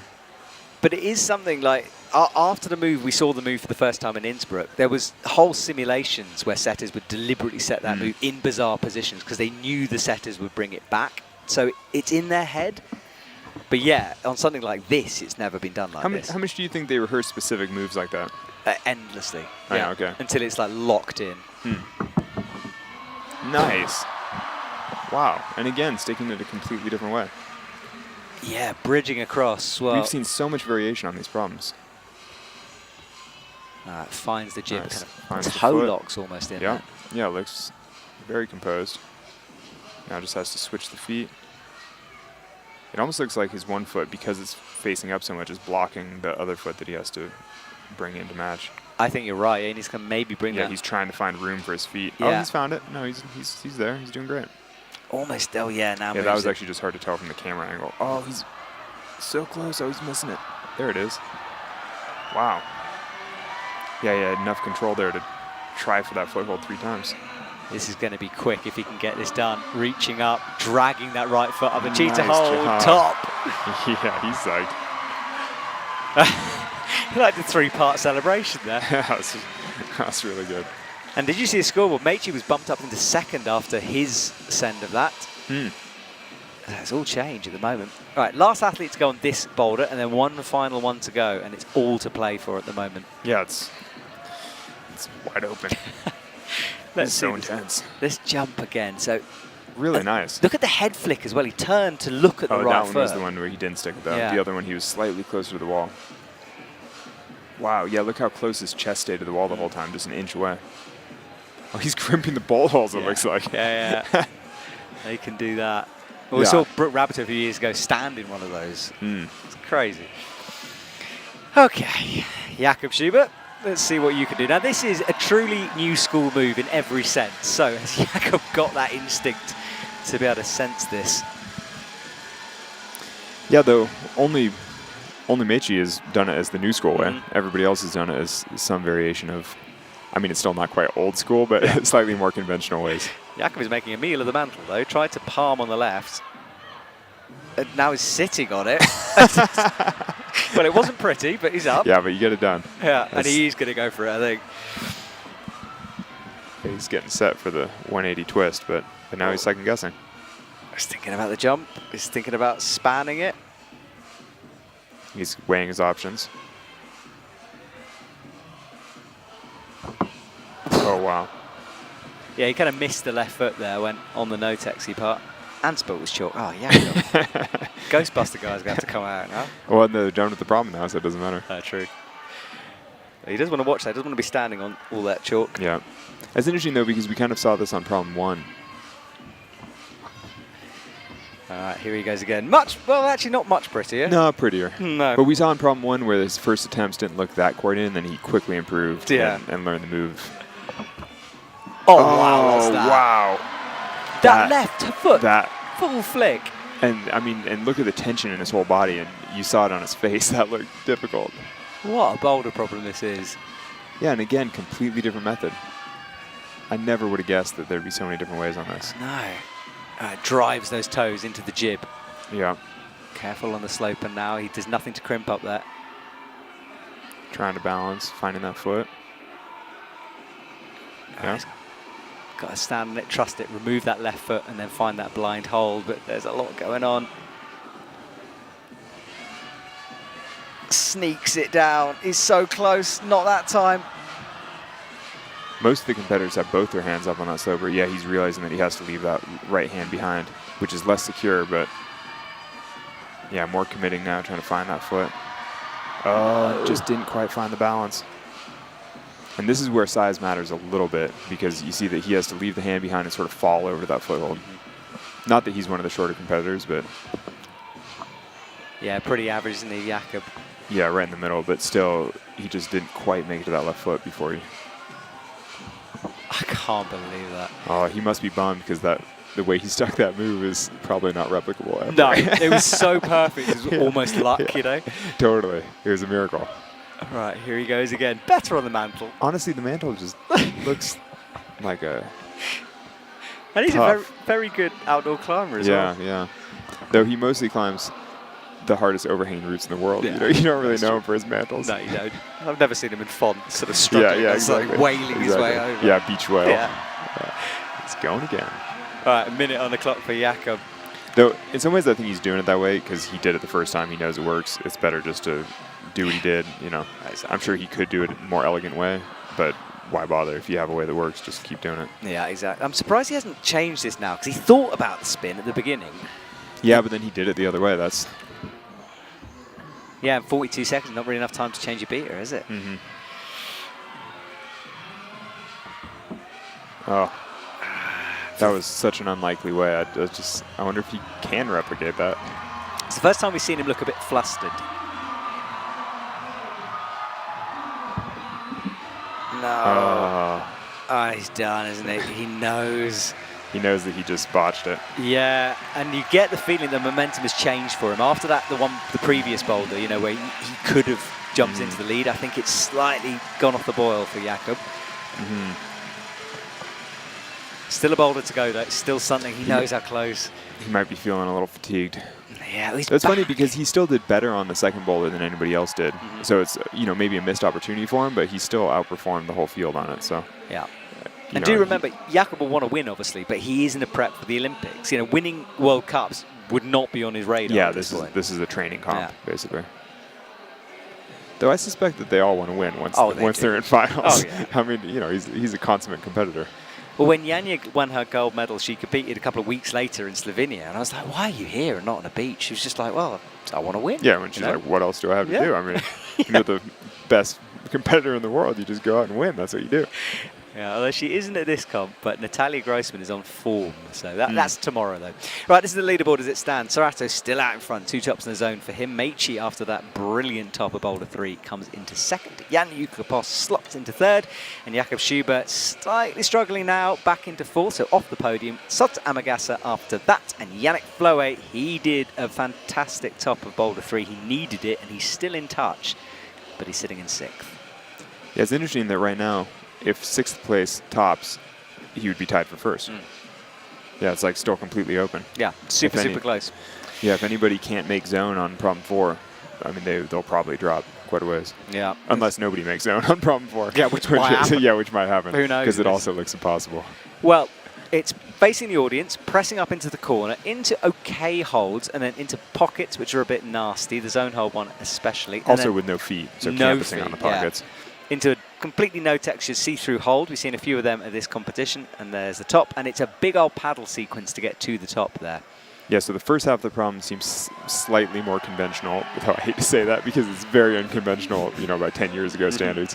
And then the whole second half is another very fast coordination, very showy. I mean, it's a nice way to finish the comp. It is. Have they got the skin and strength, though, at this point? A lot of climbing. I wonder how fatigued they're feeling.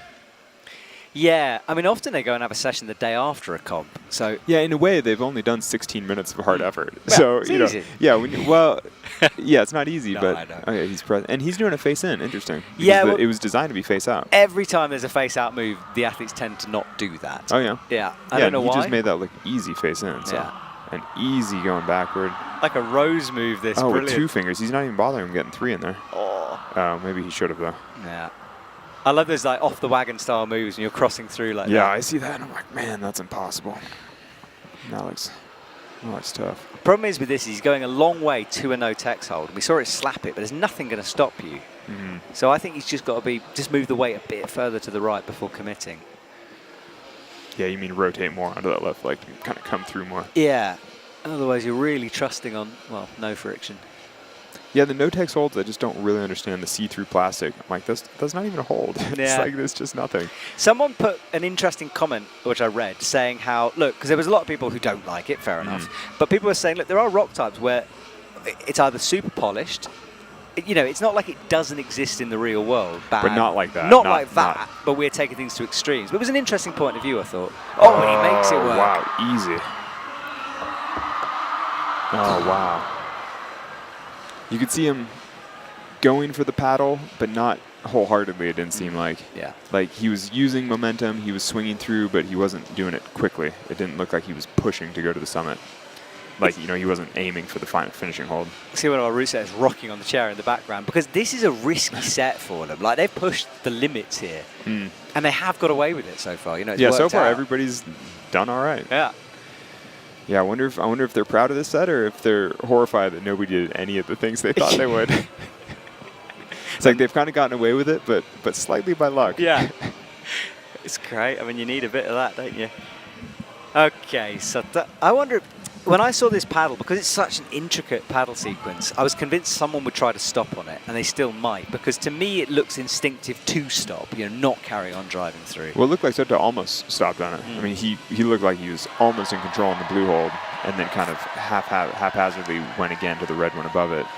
But the route setters were describing it as one quick sequence to do all 3 paddles. Yeah. So he faces in again, turns around the corner, hits these pockets, and look at this right hand if he manages to make it work. Oh, wow. He slid down. Yes, he pauses. Oh, and he almost stops again.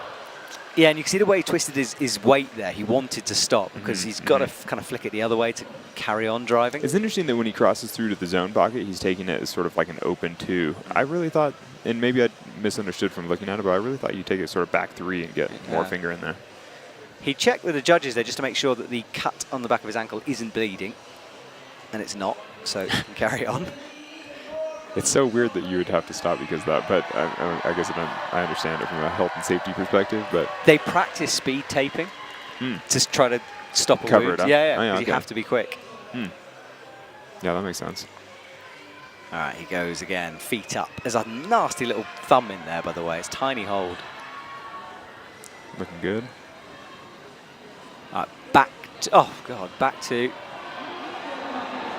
Wow. Looks like a kid playing on the monkey bars. Oh. Different kind of method, but similar idea. But his comp is done. That's good effort. Well, sitting in second place at the moment. So Soto will not probably go backstage. He'll now go to a, usually there's a hot seat on the edge of the stage where he can watch everyone else climbing. Yeah, as you can see. There he goes to his chair. There he is. We had... just booted the photographer. He's like, get out of my chair. In VLARs, we have a throne. Oh, yeah? Oh, yeah, it's wild. Did they fight over who goes to sit in the throne? Well, the winner has to sit in the throne. That's what's amazing nice, about it. Nice. And watching Sean Bailey sit in that throne one year was, it's just so funny. Right, this was the rotation. Look at the power. And look at the hand slide before he caught himself. Maybe that's the beauty of no text, is that at least he didn't lose any skin. That's true, yeah. As he slides down There's it. no friction to be had. Yeah. Now, Serato is known for being good at these moves. Let's see if he'll choose to go face in or face out.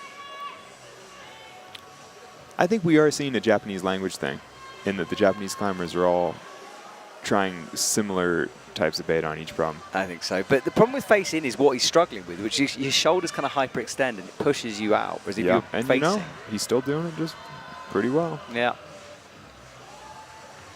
I can't believe he's very controlled. crimped that thumb as well. Oh, just gentle. Yeah, see, he's getting more fingers in that pocket. Oh, really smooth. Yeah, he has got 3, you're right. Yeah, and just stops. And he is going to And stop. he is stopping. Oh. And he's putting the foot. Oh, wow. This is risky on the no-tex, though. He did slide, but he held it just. Wow. It's funny because the root setters didn't think you could stop on the blue Yeah. hold. But, And do you remember when I was like, I bet you? Yeah, he's going to stop. They just do it. Yeah. That's because anytime you can make something less risky, you do. Yeah. You know, same with outdoor climbing, same with indoor climbing. If you're able to overpower something, you're able to control it, you always try to control it. And for him, that works. It's legit. Yeah, I mean, well, you look great on that. Like, that was a good method for him. Yeah. And here he is again, showing that poise. Just relax, take his time, try hard. I wonder He's smart about his strategy. He is. Yeah, the judge tried to peer around the corner there. I don't know what she was looking at, but maybe she was checking for blood. She was trying to figure out how the heck he held that sloper. She was like, did he super glue his hands? Like, how do you hold that thing? I don't know if anyone checks, so maybe. This is the scandal. Yeah. You have it in baseball, right? You put resin in your hands. Yeah. Yeah, we can't have POF. That's not allowed in these comps. Yeah. Chalk only. How supportive do you think the teammates are of each other? Like in this case, you know, having 3 members of the same Japanese team. Do you think they're really rooting for each other, or do you think they're sort of secretly trying to burn each other off? It's interesting. Well, not so the secretly. coaches will be very neutral. You mean the coaches won't favor any in Yeah, particular? well, They said- have to. Yeah, they can't favor any athletes. I think generally they're pretty psyched on everyone else doing well, especially at this level. They're all not really vying for places. Yeah. Look at this for Serato.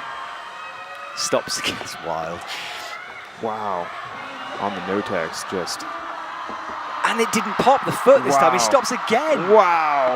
That is possibly the win there for Serato. And the audience is going crazy. Yeah, 3 tops in his own, that's for sure. Yeah. I mean, he can't be beaten now, Yeah, right? so that's the yeah, win. so he just won.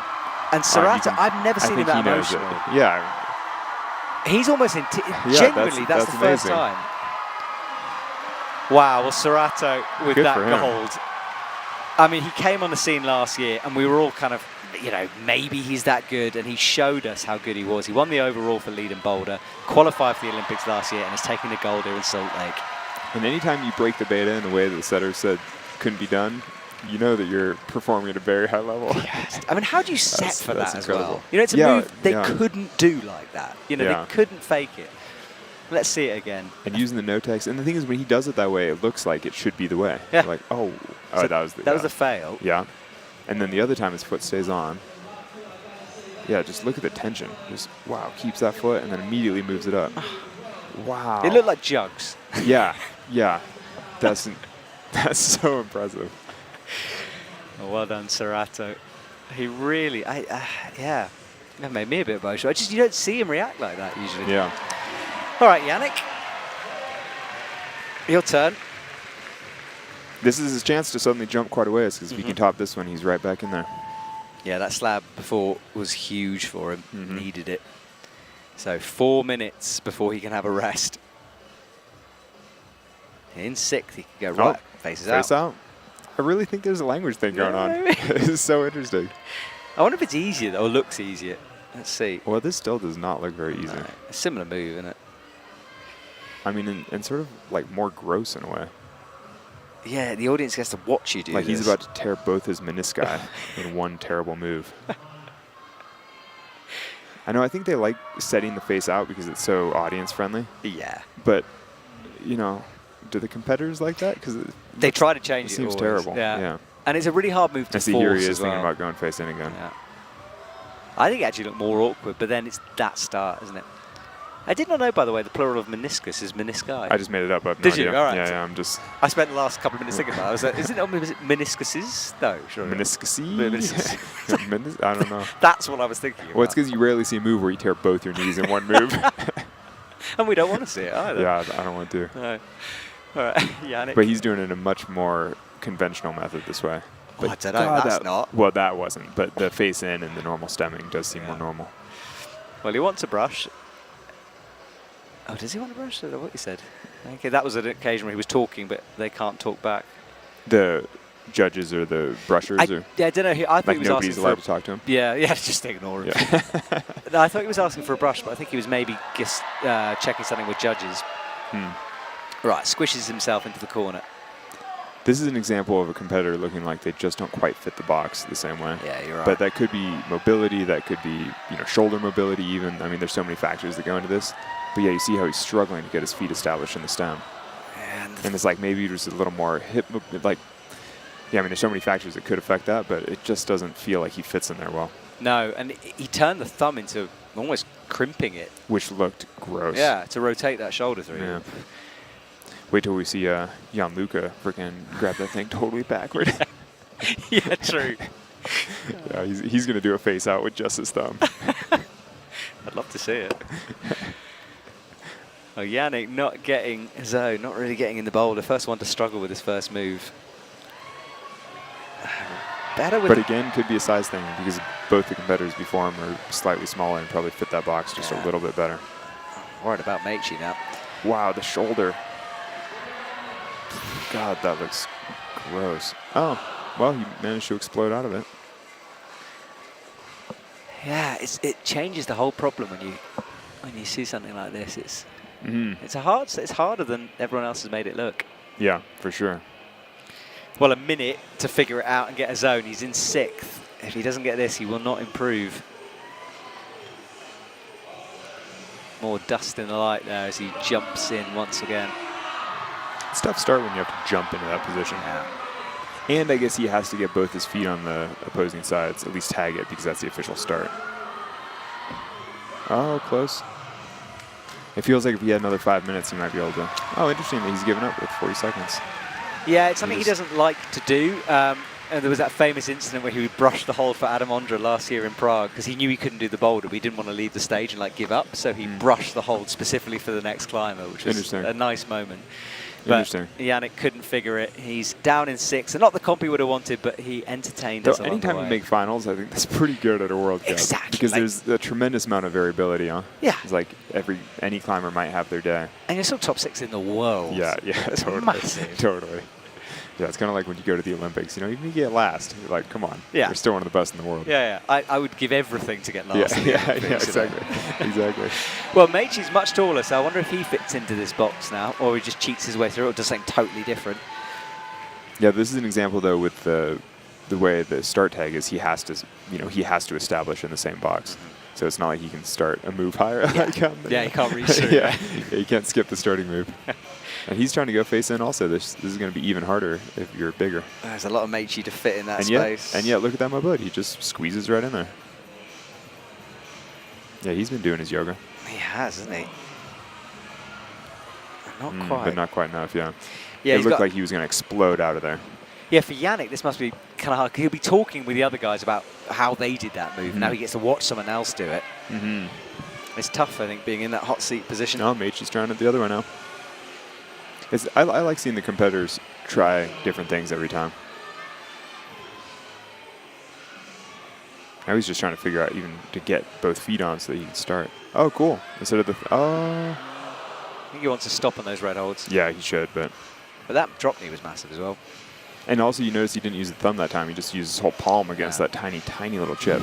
That's got to hurt your palm. So much. Because that thing is sharp little, it's like a tooth. Yeah. It's like pushing your palm into somebody's tooth. Nasty. We'll have to go and examine their scrapes and bruises later on.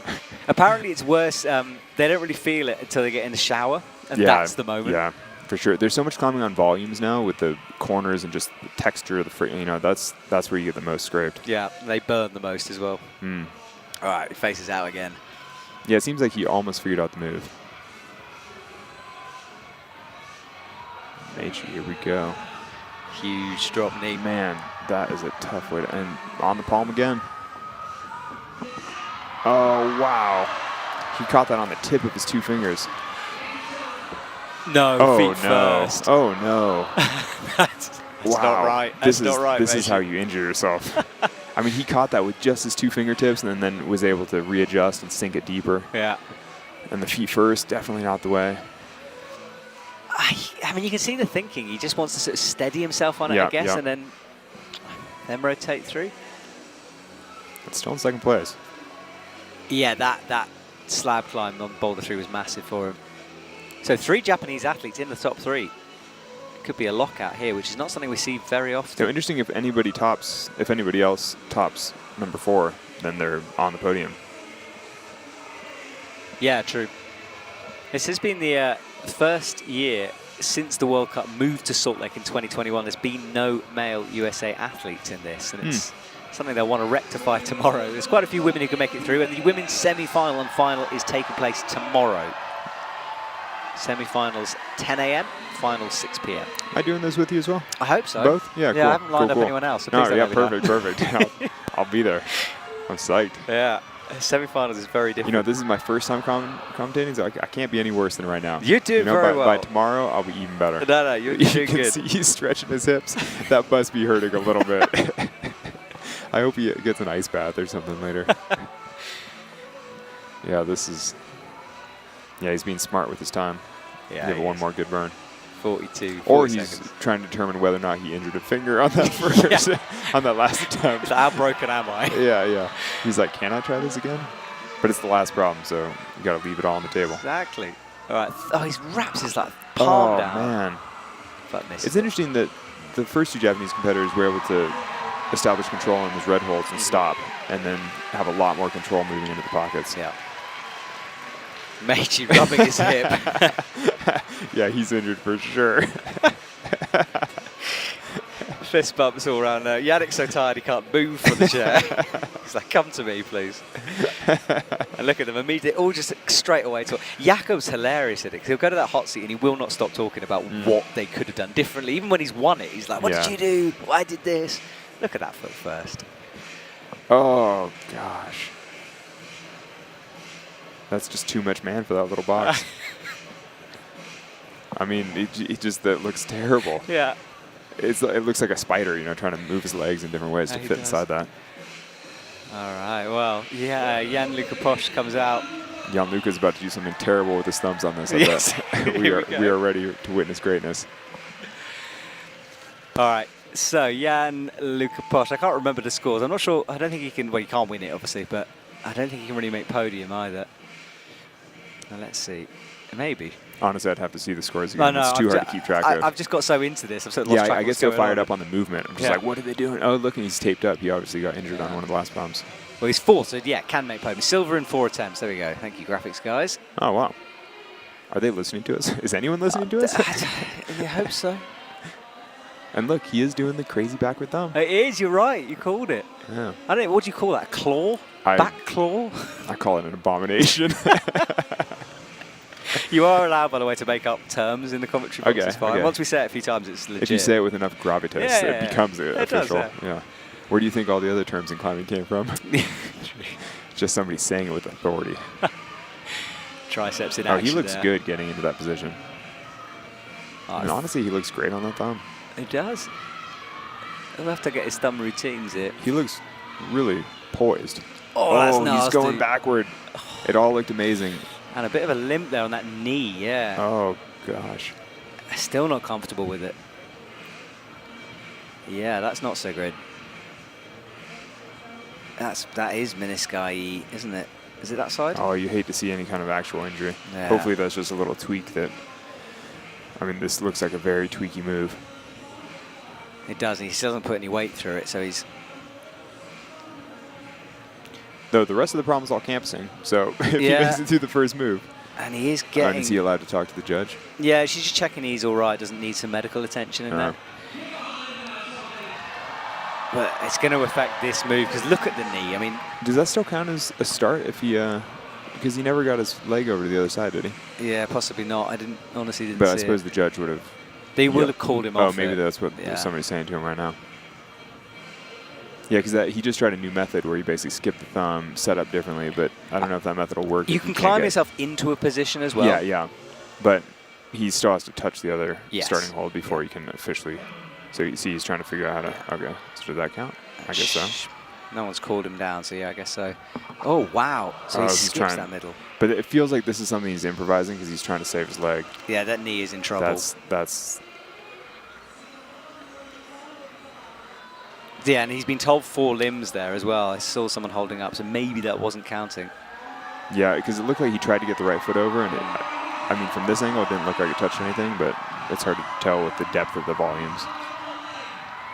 1 minute left. Everyone's rooting for him. I mean, look, fair play. He's fighting. I think he needs to call this. That he's limping on that left leg, on the knee. Okay, that was good control. Yeah.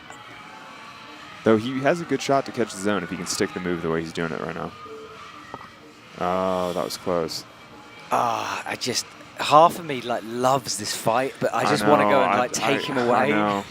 I want to carry him like my 2-year-old daughter. Yeah, carry him off like a princess. Just be like, do you need someone to kiss your boo-boo? Because that looks really painful. I'm glad I had that instinct. I don't have kids. There's something wrong with me. Yeah. Right. No, it's like he looks hurt. Yeah, he's still pushing through. What grit from I mean, I Jan-Luca. respect the effort. Oh, he's in. Come tremendous. on. No, he's been called down. No, the judge went crazy. I'm not sure this is going to count. Look, he is being called off the wall. Oh, no. And there's going to be a bit of a conversation. So the judge was waving, but Jan-Luca obviously didn't hear it. He carried on. And oh my gosh. That just breaks my heart. And he made sure of it that time, didn't he? And there goes the buzzers. And and this might be an appeal situation here. He's not happy. That does seem fair to appeal. Though honestly, he should just chill. Well, really, he should find out whether or not getting the zone is going to change his standing. Because if it's the difference between 4th and 5th, he should save his knee and just go start icing immediately.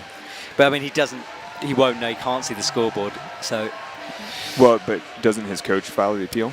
Does he appeal? Yes, so you know the coach will now make that will know. decision. I mean, that's the thing. Somebody who's not filled with adrenaline and Exactly, passion should be making a smart decision on his behalf right now. Yeah, and I think, no one's, even if they appeal it, doesn't mean he has to go again. Yeah, I hope he doesn't. Because honestly, if right now he's in 4th, if he winds up in 4th or 5th, you're like, that's pretty freaking good. Yeah, exactly. And either way, he's not winning. So you just don't want to see him actually get hurt.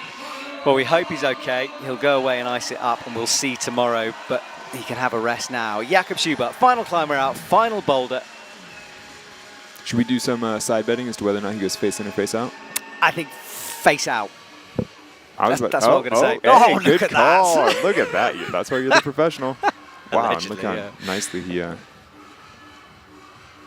was about to say face in, but... Almost sat on that foot then in the corner. And with the palm again. Yeah.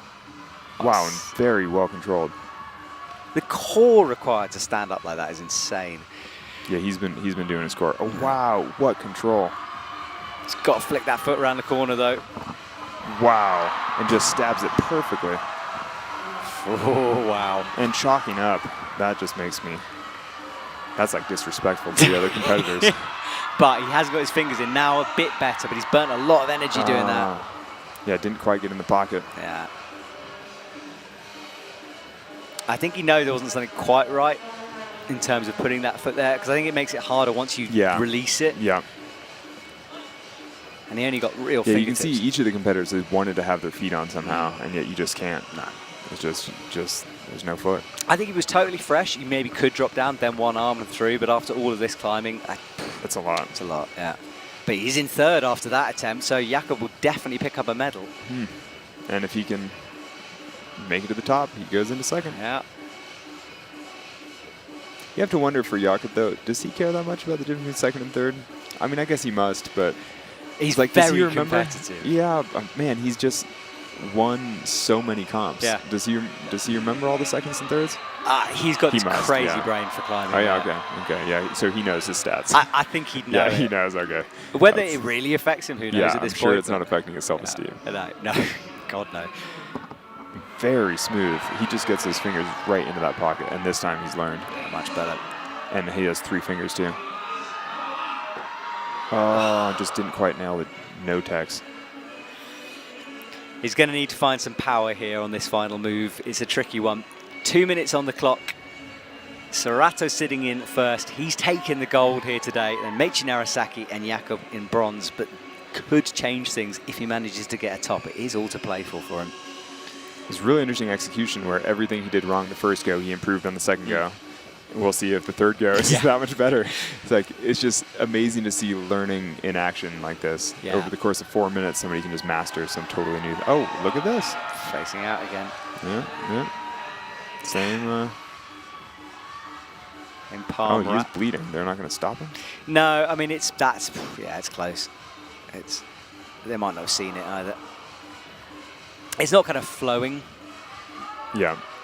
I think he'll get away with it for a bit. Well, he only needs 1 more minute. Yeah, exactly. And there's no one to come after anyway. That's true. Yeah. So he can just start just smear it blood all over. Yeah. 1 minute for Jakob Schubert. Not comfortable that time. I wonder what the difference was. It's so hard to see the subtlety.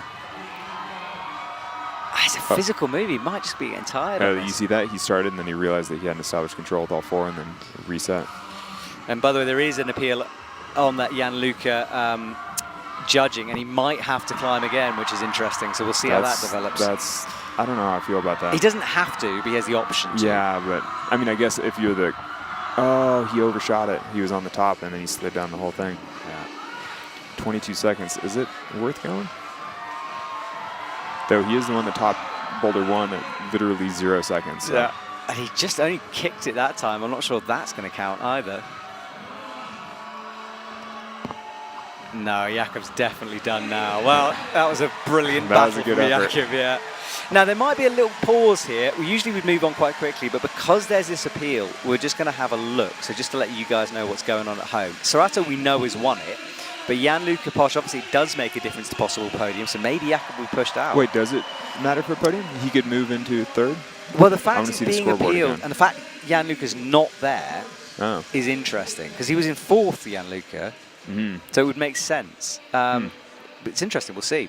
But look at that from, and those two, Sorato and Jakob, are good friends. And like Sorato's almost teaching, look, this is the conversation. Jakob hasn't got this guaranteed yet. Jakob's probably over there wondering where his teammate is. Yeah. And they're explaining to him that, well, who knows what's happening? Well, the fact Gianluca's gone means that it's likely to go through. I mean, we saw how angry he is, and I often think like watching an athlete's reaction gives you a bit of a clue. A sense of whether or not they're going to try again? Yeah, well, no, also the fact that he really didn't, he thought he'd done it correctly. Yeah, I see what you're saying. Yeah. He was sure that he was doing it correctly. 100% sure. So, and although you can obviously get it wrong, it's a good indicator, perhaps. Yeah. But anyway, this is Jakob's foot first method. Which was a beautiful method, but sadly didn't work. No. Well, it's that move, going into one armor and then trying to find a bit of a swing. Well, and the thing is, when he swung to it, he doesn't have the momentum, and he only got it with the 2 fingers. And he really needs the back 3. He needs all 3 fingers in that if he's going to hold it with this flick. Oh, look at that. So open. That is so gross. Like, I feel like my fingers are injured looking at that. It's like, that is just too much. And then, yeah, and there he has the 3 fingers. He's all set, but then he never quite nails the accuracy on that no-tex. Yeah. You see, this is what he does. He literally just does this. Now he's so excited. He's joining Team Japan. Yeah, and they're just nodding. Yes, Jakob. Yeah. No, he loves it. He'll do that all the way to the podium. Now, that is our top official here. I'm going to be quiet so we can try to listen in.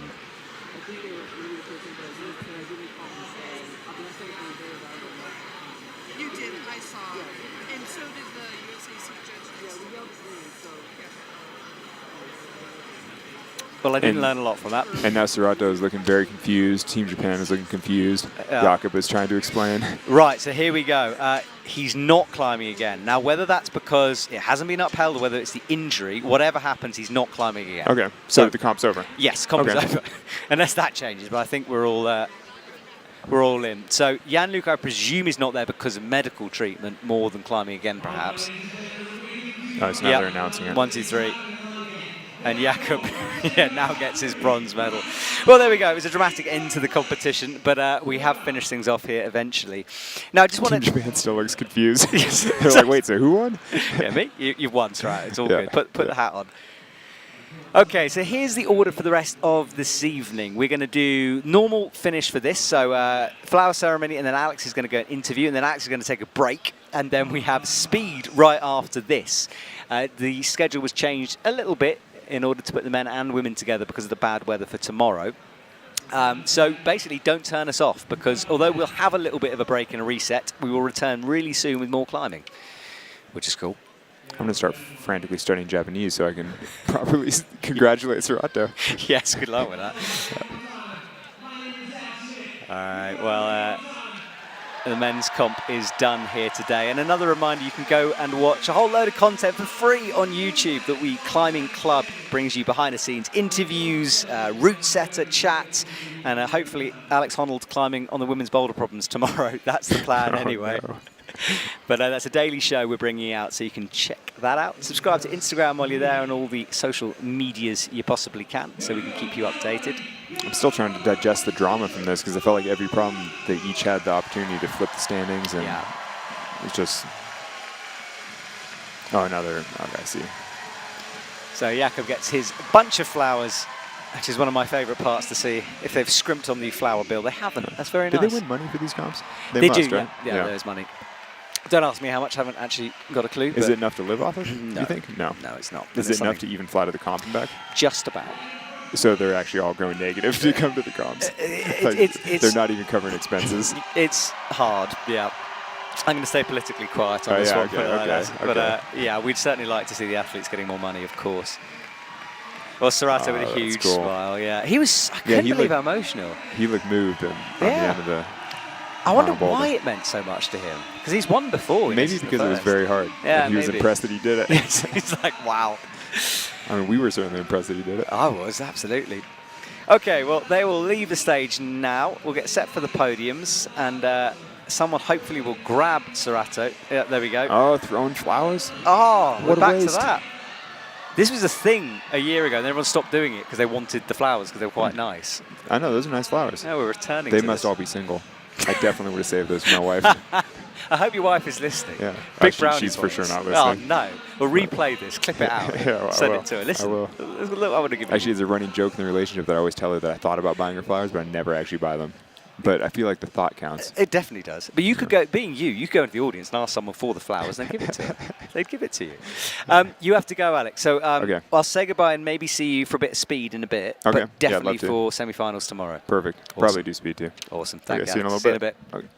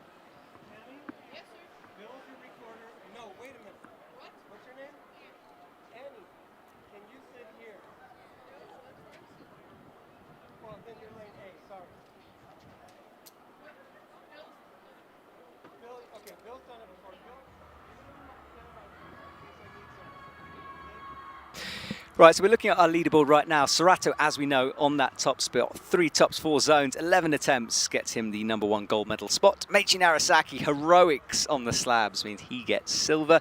And Jakob Schubert, what a battle from that man, into 3rd place and a bronze medal. Tota Amagasa smiling his way through the competition. And Jan-Luca Posch, we hope that knee is okay. Fingers crossed he'll be fine. And then Yannick Fleury in 6th. With some strong performances along the way, especially again on boulder #3.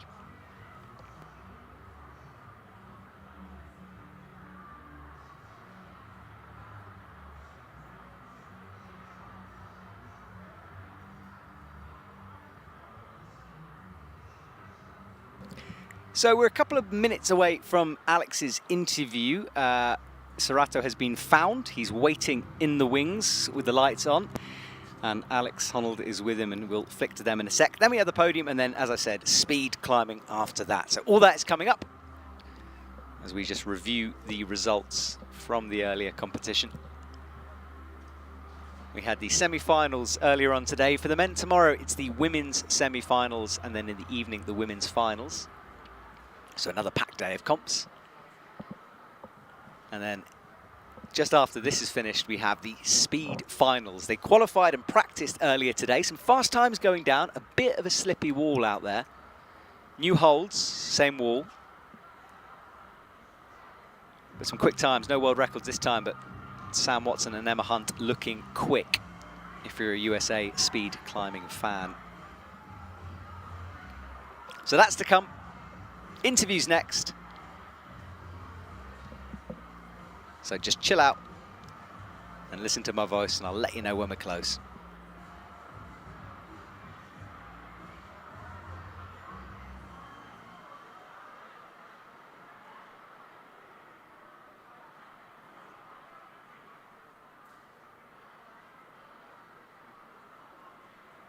Okay, Alex has found Serato, so let's head over and talk to our winner.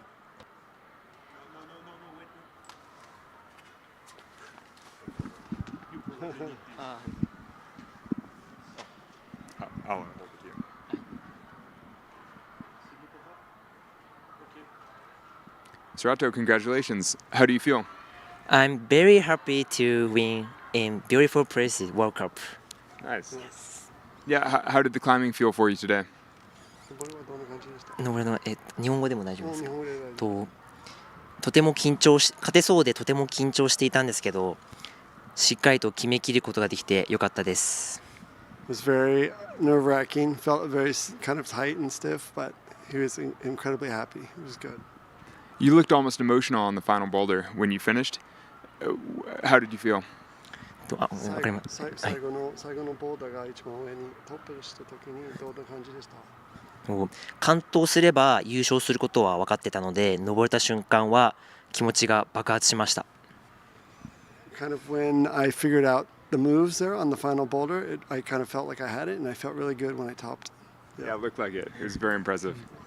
This competition is obviously just one step for you on the way to Paris this summer. So where does this competition fit in your schedule? Is this part of your training? だからもうオリンピックが今トレーニングしてる最中じゃないですか。はい。そのトレーニングの中にこのコンペティションはどういうフィットするんですか？オリンピック前のボルダーの大事な一戦を優勝で決めきることができて、とても自信につながりました。Yeah, so he feels like this was an important kind of milestone in his training that he feels like gave him a lot of confidence for going into Paris. Nice. Well, you looked incredible out there, and congratulations. That was beautiful to watch. とても綺麗な登り方、本当に良かったです。Thank you. You're welcome. Well, thank you so much to Serato. Awesome there. His English getting so good. I know it's been something he's really been wanting to learn and been practicing, so really cool. Well, we are close to the podium now. It's all be set up. You see some of the athletes on stage checking out the boulder problems in the background. I'd imagine there'll be a few of them wanting to try it. I'll have to wait though. So podium's coming up soon, and then we turn our attention to the speed climbers, the fastest athletes on the planet. We'll be showing what they're made of out on the speed wall. That's coming up soon before we finally say goodbye to tonight's climbing. And of course, all the highlights, all the recaps. Okay, guys, well, we are done, in fact, so we will see you later for the speed. Thank you very much, everyone.